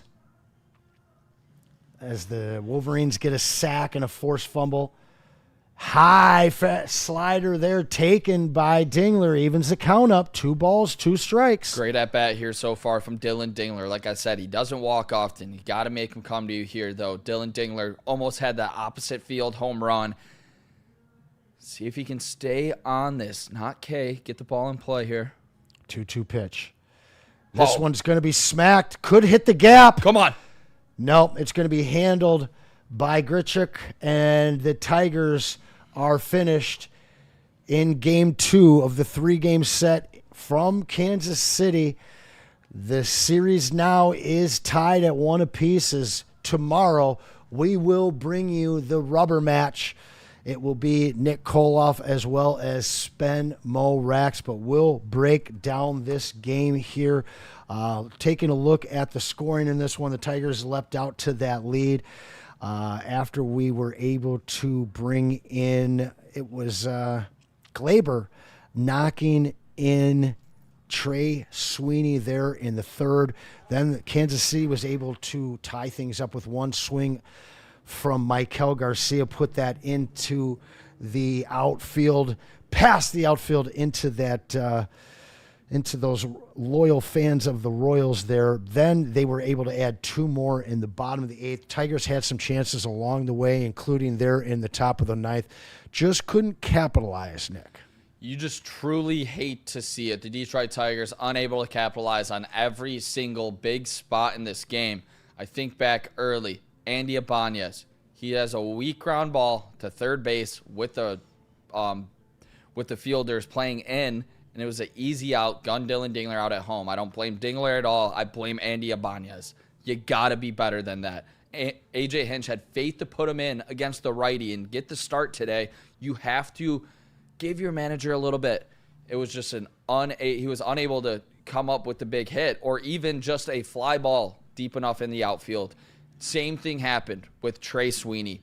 Unable to get the job done with a runner in scoring position with less than 2 outs. This is the big leagues. You're going to have to score these critical runs, and they were unable to do so tonight. Think back to those 2 runs. Bobby Witt's home run would have been a tie game, not a 2-run lead, Anson. Yeah, a lot of great hits that just couldn't stay between the poles, and those aren't hits, my friend. Tigers looked really good pitching-wise. I thought that Jack Flaherty did a lot to convince people around Detroit that he can be the number 2 pitcher for them in the playoffs. And Tommy Kahnle looked really darn good. It was Tyler Holton that that first batter, he looked all over the place, gave out the free walk, and then, well, he had nothing for Bobby Witt as Bobby Witt took him yard, and that was the game at that point. Tomorrow's contest, who are we looking at pitching in that one? Let's take a look here as I catch up with tomorrow's game. We are looking at a Tarek Skubal start back at it, ready to roll. You guys are going to be popping in here. 2.28 Rex ERA. and Nick Kohloff covering the Tarek Skubal start tomorrow. That should be enough to get the win in this series, 2 on the road in Kansas City, don't you think? Definitely. Going up against Michael Wacha, who has a 3.39 ERA, but he's a right-hander. This team should crush righties. They were unable to do so today, but Kerry Carpenter, Colt Keith, Riley Green tee off on right-handed pitching. Colt Keith, another guy today, unable to come up with the big hit. He had a tough stretch here today. Want to see Colt Keith really bounce back tomorrow. You're going to need him, especially if he's in that one spot. You got to set the table a lot better than you did tonight for Colt Keith. But I think one positive today, Anson, strangely going a positive route here after a disappointing loss. The biggest news of today, even though that they dropped this game, is Jack Flaherty. Yeah. 100%. This is the biggest news of the game, is the fact that he was able to pitch 5.2 innings, only giving up 1 earned run. That is the biggest thing today. He had that knuckle curve truly working. He had the slider keeping hitters off balance to go along with the fastball, and he was able to pinpoint that accuracy for most of the night, besides the 1 home run that he allowed. But Jack Flaherty looking sharp as we are entering September, but it's the fact, can he string multiple starts back to back to back to back together? We haven't seen him be able to do so this season. We saw it a lot last year, but hopefully this is a, sign of good things to come for good Jack Flaherty moving forward as we inch closer to the postseason. I would love it if Jack won 2 straight World Series. That would be amazing. It surely would. Of course, he won one last year after the Tigers traded him to the Dodgers.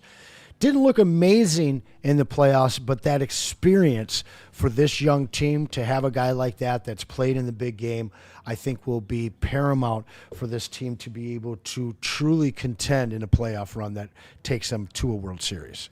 Yeah, Jack's going to have to be critical for this team. If they do want to win the American League, Jack Flaherty needs to be the number 2 starter on this team and have an ERA sub 3. Just flat out needs to happen. He needs to eat innings. You need to be able to trust your bullpen after that. To go along with Flaherty today, good to see Canely step up, get the 4 outs, only allowing a base runner. Canely looked good. Holton, on the other hand, wow. Very poor game from the left-hander. I have talked to Tyler. He talks about his ability. The zone was kind of opening up for him. He was seeing it a lot better when he was pitching. Did not look like it tonight. Just flat out not good enough going up against Kansas City in KC. You get Bobby Witt Jr. and he just smokes that one. You got to kind of stay around the corners. He just found way too much plate on that pitch. Yeah, he really struggled in June, then bounced back with a great July, and he's, I wouldn't say been bad in August, but he hasn't been quite as good. You saw him kind of blow up a little bit early in the season, not being the pitcher that he was last year. But then that work, he started to really kind of dial in. And tonight, I think that Hinch thought that he could rely on him in a tough spot against some tough hitters. One, a pinch hitter, and then obviously Bobby Witt. And he just didn't have it tonight.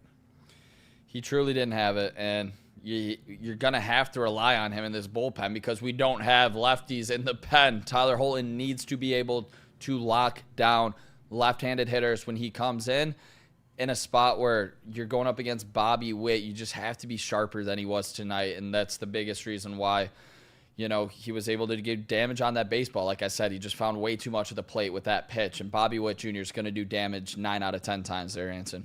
Yeah, looking forward to the schedule this next week. We talked about it earlier on in the show, but the Tigers will have a series with the Mets here in Detroit after they get back from Kansas City on Monday, and then they'll be hosting the White Sox. So Obviously, the White Sox an opportunity to pad their lead in the Central and in the AL.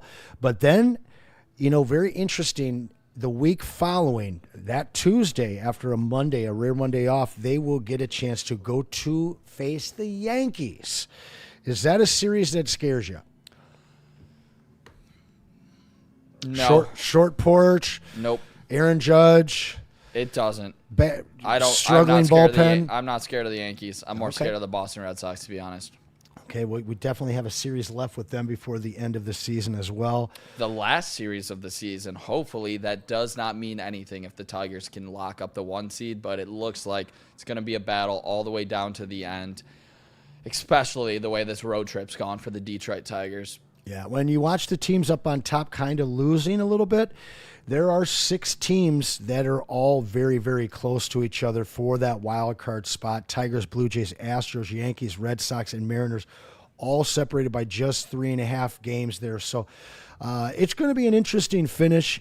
The Mariners, obviously a team that scares a lot. The Yankees in the playoffs right now. Seems like they're there every year, but the Red Sox as well. And the Red Sox are a team that you worry about how we match up with them, correct? Yeah, it's not even just about how we match up with them specifically, of just the ability to do damage to the baseball. Rafael is killing it. They got Alex Bregman back, who's crushing. They have Roman Anthony, who is a hell of a rookie.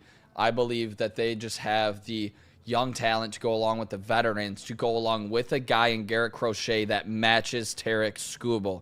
They let go of a guy like Walker Buehler that was a failed signing that Scott Harris ran away from, thank God. But they have their ace. They have a horse that is on Tarek Skubal's level, just maybe slightly below him, because I believe Tarek Skubal is the best pitcher in baseball to go along with Paul Skeens. But Garrett Crochet's right there, and the odds for Cy Young say that as well. Yeah, no doubt about it. This game tomorrow, I will be tuning in for. You guys are going to be covering a Skubal start, and I think that's exactly what the Tigers need to put the stamp on this road trip. Obviously struggled out in Sacramento, but if they can win this series and maintain a 8.5, 9.5 game lead, you just don't want to give this Kansas City Royals team any kind of confidence in another win here, and now all of a sudden only a 7.5 game lead. I'd rather be talking in Detroit about who the number 2 pitcher in the playoffs is going to be than whether or not the Royals can catch us on Monday. Yeah, I certainly hope so. I mean, obviously the Royals got a chance to win the series tomorrow as they're 4 games over 500, but I don't think I'm not concerned with this division. I truly am not. Tigers do have to step their game up, though. Today wasn't good enough in terms of hitting. Certainly not. You are going up against a righty that had an above 4 ERA. You have to take advantage of these matchups. Jack gave you everything you wanted. You had 1 run from your starting pitcher, and this is a loss. It's a tough spot to be in for the Tigers. They got to pick up their guy, Jack. If you're going to get good Jack, you got to win that damn game. A lot of hate in the chat right now. This team is just not fun to watch. Worst good team to cheer for ever, says Kyle Dickerson. Lineup has sucked all year. They ain't winning jack. Holton has been trash. Way too many walks. Disappointing road trip. We got playoff teams coming up. We got to get it together. Mets and Yankees that have been playing a lot better. Man, for me, it's hard because all of these streams, we're 4-6 here right now, and we haven't gotten the best games out of the Tigers when we have been here. But this team at times can be absolutely electric, Nick. Obviously, when Skubal's out there, this is a really easy team to watch. But this team, they have to dial up some special stuff sometimes to win games. And sometimes it's that special magic, not only on the diamond, but also from their manager. This is a young team, absent of a lot of superstars. Obviously, we have Skubal, and I think that your guy, Riley Green, is approaching superstardom. But beyond that, it's a whole bunch of guys filling their roles and maybe playing above their head with their manager, giving them all of those ins and outs and calls to get them those wins. I just don't think that this team ever is going to wow you in terms of beating teams big in the playoffs. But this team is scrappy, they're gritty, and they're going to have an opportunity to win each and every playoff series that they see this year, in my opinion. Where do you fall on that? Yeah, they are scrappy. They are good. I think one guy that hasn't played in a little while because he was hurt is Parker Meadows. And I think he had a triple in AAA the other night. You need to see Parker Meadows. He could be a spark for this team that they need. You talk about regression. I think of Javier Baez. I think about Zach McKinstry, 2 All-Stars that played out of their minds to start this season. But I don't believe those players are the all-star versions of them. I don't believe that's who those players are. History would tell you the last 3 seasons, this is not who Javier Baez is. History would tell you Zach McKinstry is a solid role player. He shouldn't be relied upon to be a star.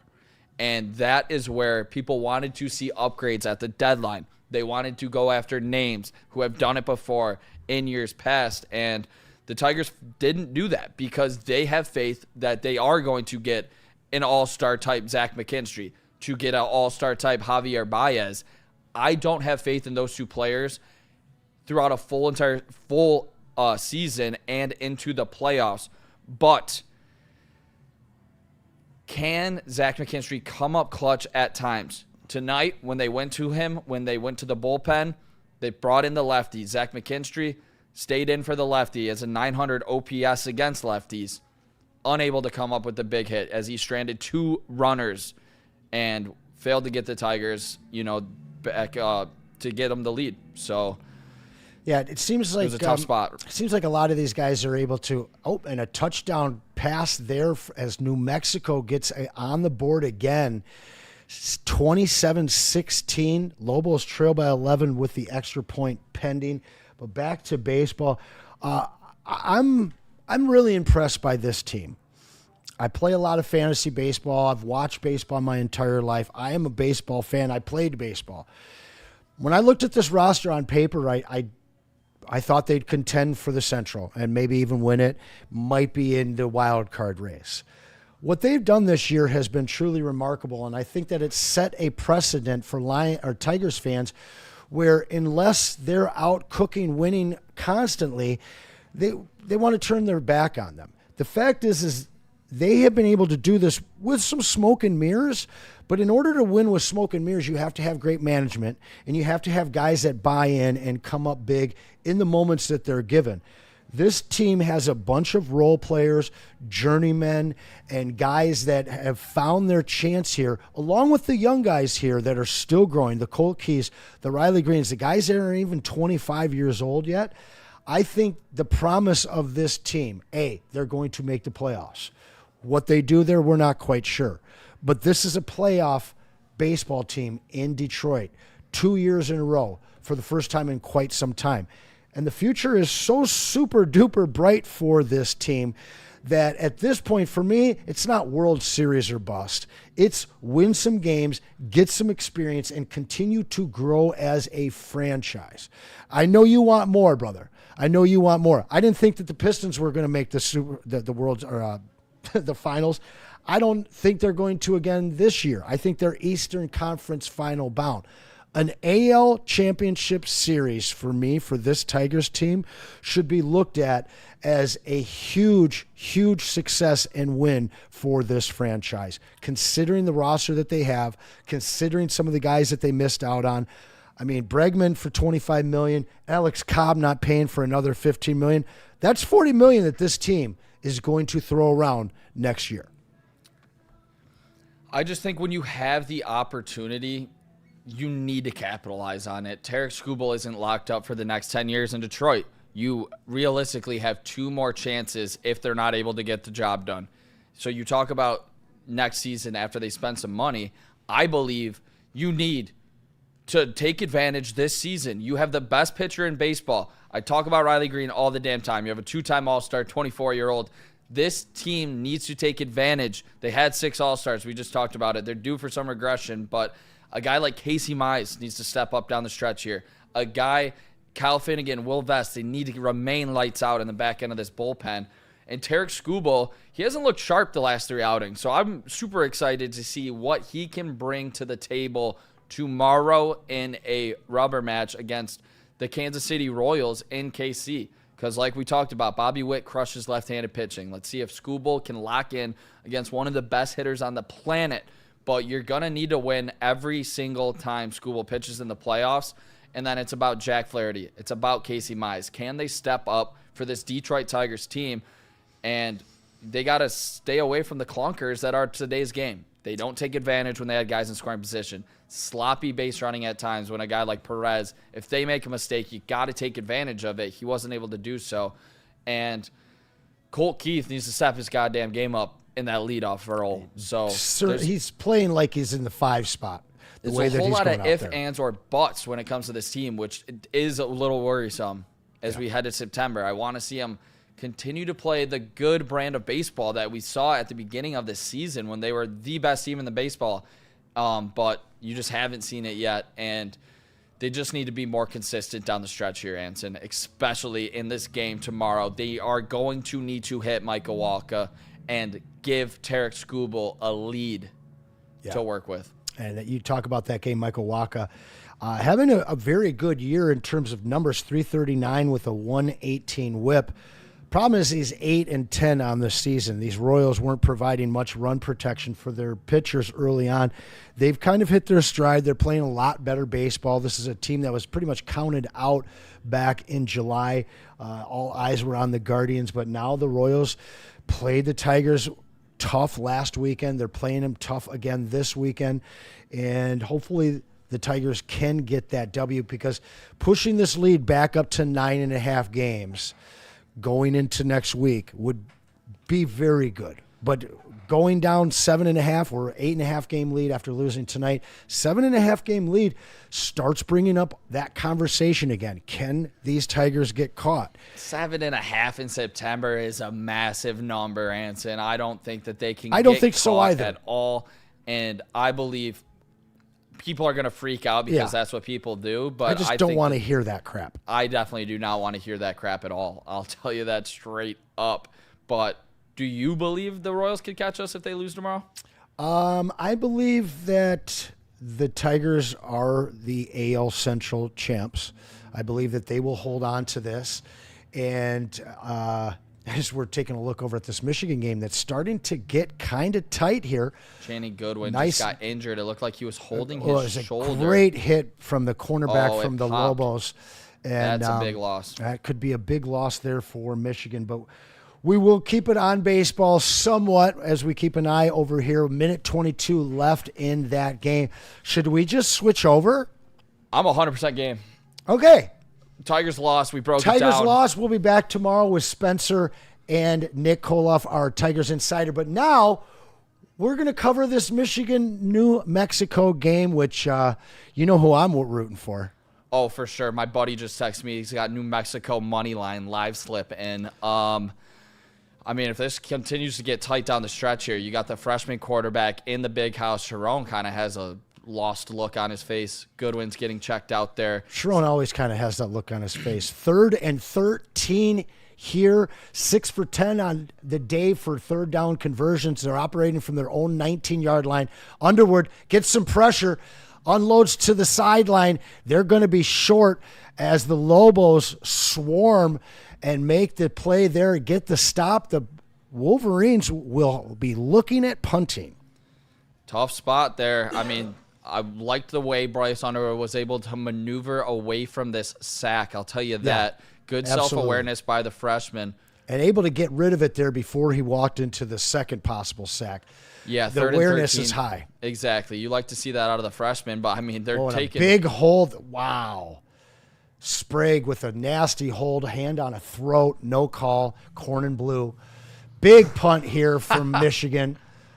And the fair catch made at the Lobos 41. So New Mexico with the ball Down 10 seconds left here in the third, and an opportunity to get this game even closer. Steve says, Nick, if New Mexico comes back, can we get your crash out? I will be crashing out completely if New Mexico wins this game. I'll tell you straight up, I won't watch Michigan football for the rest of the season. I'll lock it in, saying that now. And you know that's a lie because I'm a diehard Michigan fan. But, yes, I would crash out. I would like to see a 3-and-out from the Michigan defense right there for sure. What are your expectations for Sparty this year, Anson? I'm just looking forward to watching Aiden Childs run around and throw it to that great wide receiver room. Yep, Marsh Nick Marsh is a beast. First down here. Handoff swarmed in the backfield. Wolverines tackle for loss there as the third period comes to a close. Yeah, great stop there from Michigan on third, as we're going to have a big time fourth down as Michigan's up 10 here. But yeah, Tigers lost. Michigan up 10 on New Mexico. Whoever had the 40-plus spread or whatever it was, probably not feeling too hot right now for Michigan fans. I definitely did not. I stayed away from this one, wanted to see what Underwood was all about. And I think that's the smart way to go about it, to be honest. Anytime you start a season, I mean, like, are Lions fans out there taking a huge spread in Green Bay? I don't think so. This is obviously a home game, but I think in college you have this fealty that where guys get so excited about a new team that they're willing to they're going to just, I mean, I was hearing like 56-0, 56-3. And I think it's a lot of confidence in your new look Wolverine team without understanding who the Lobos are. Exactly. I mean, I wasn't calling for that, but I will say I wanted to stay away from the bet. I want to see it bigger than this. I mean, 10-point lead at home against a New Mexico team. You got to play better than that. You got to play sharper, especially as they fumble the kickoff. Like, you don't like to see that. They called that targeting on Barnum, if I'm not mistaken, one of the top linebackers in the country that plays for Michigan. So that was a big strip sack that got taken away from him. I have liked what I've seen out of Bryce Underwood, though, and that's the biggest thing. The quarterback position looks to be set in really, really good hands for the Michigan football team that struggled last season at that position specifically. It's good to see them completing forward passes more than 10 yards downfield. Yeah, they're just going to have to figure out what scheme works best with him. Haven't really seen him running much, but he's absolutely been elusive in the pocket.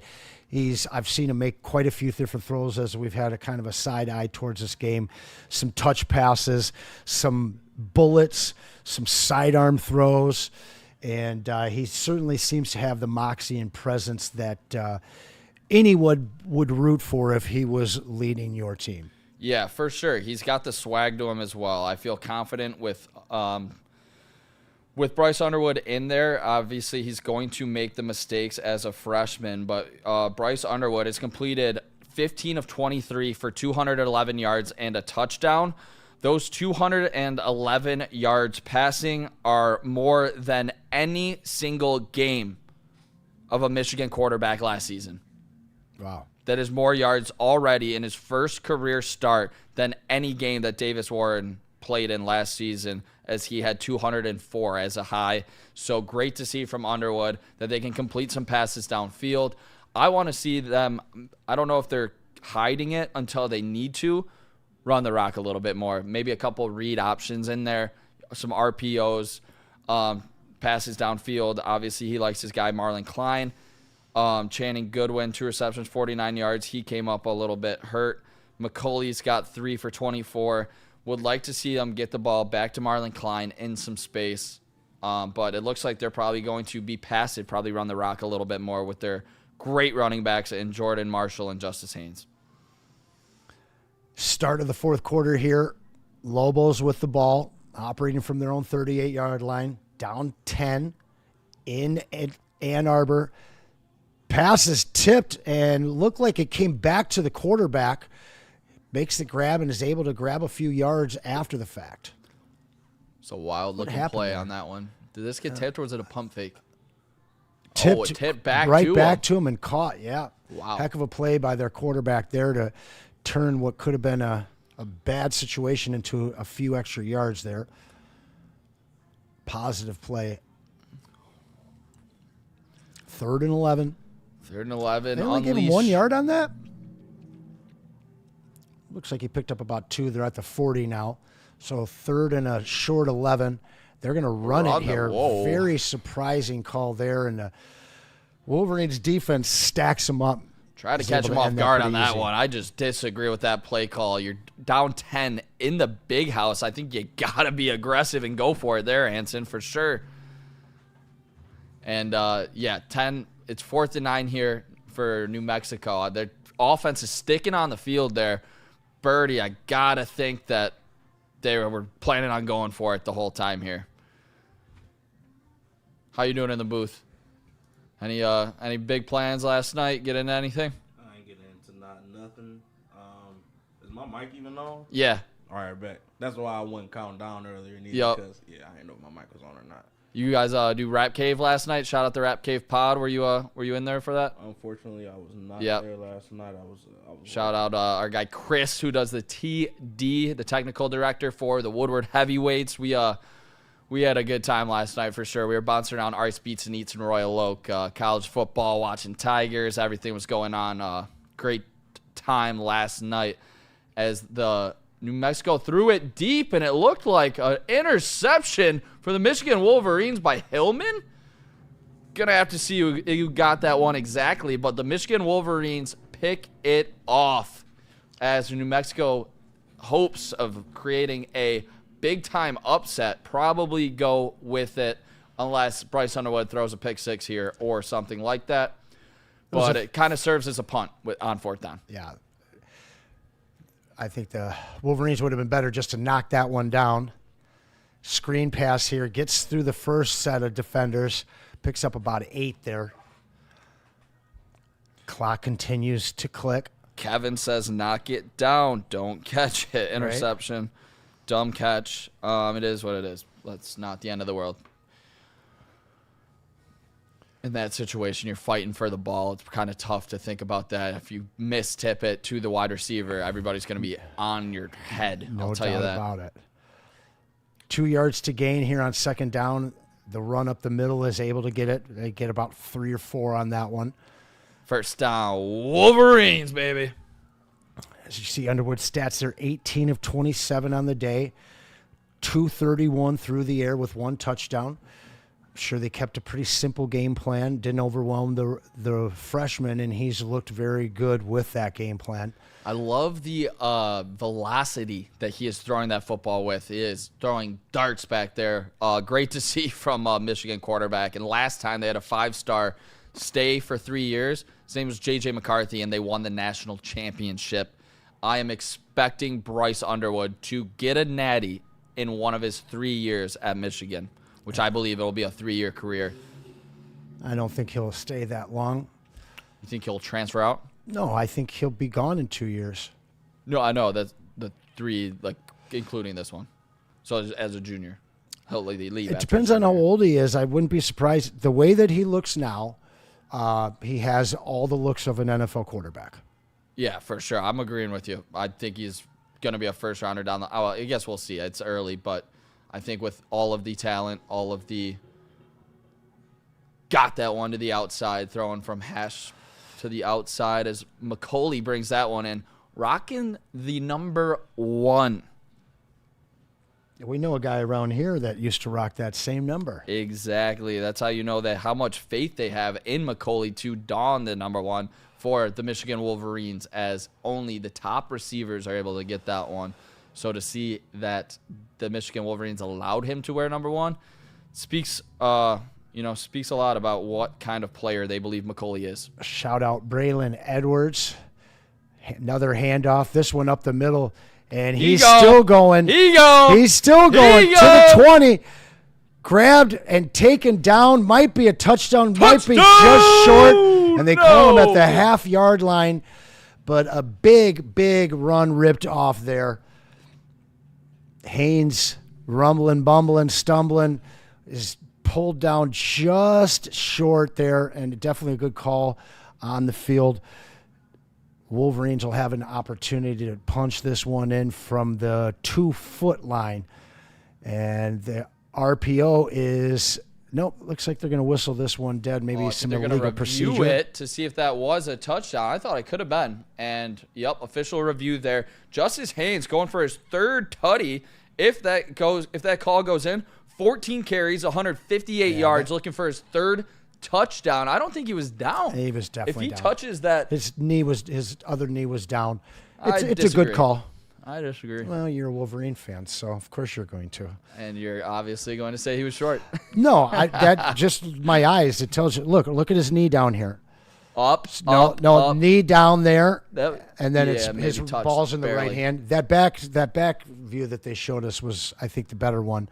But if you look, the left knee's down there, the ball's short. Unless maybe they say that left knee was not down. Looked pretty close.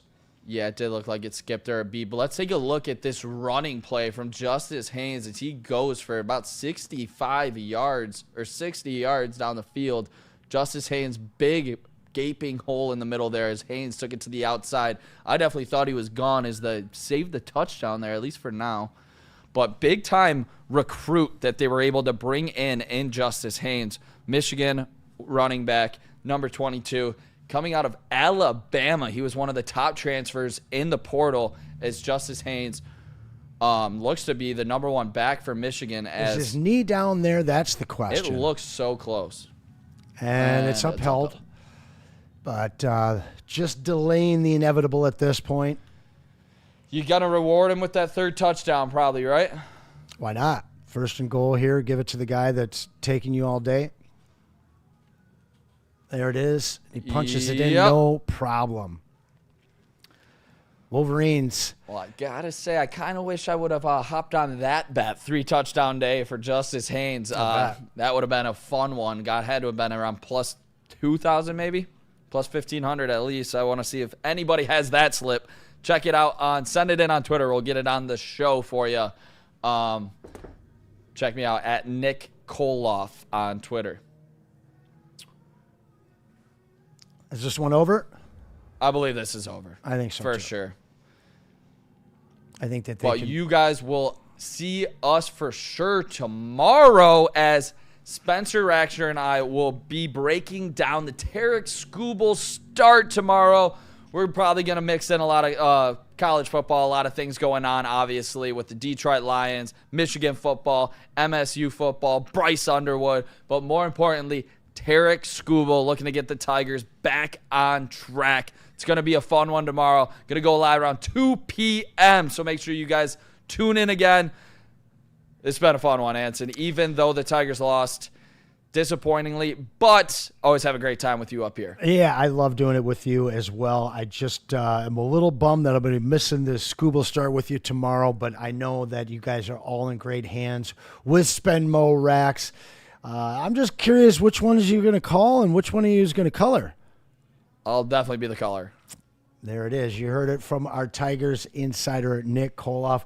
We appreciate all of you guys joining us today. Unfortunately, we couldn't bring you a win. Last time you were with us, we lost by 2 to the Royals as well. So we're going to try and hope and promise for a W for you guys to right our wrongs here on our weekend streams. But on behalf of Birdie making us look really good, Birdie, thank you. This guy here, all of our weekly programs, you guys know the rundown, the lineup, Monday through Friday.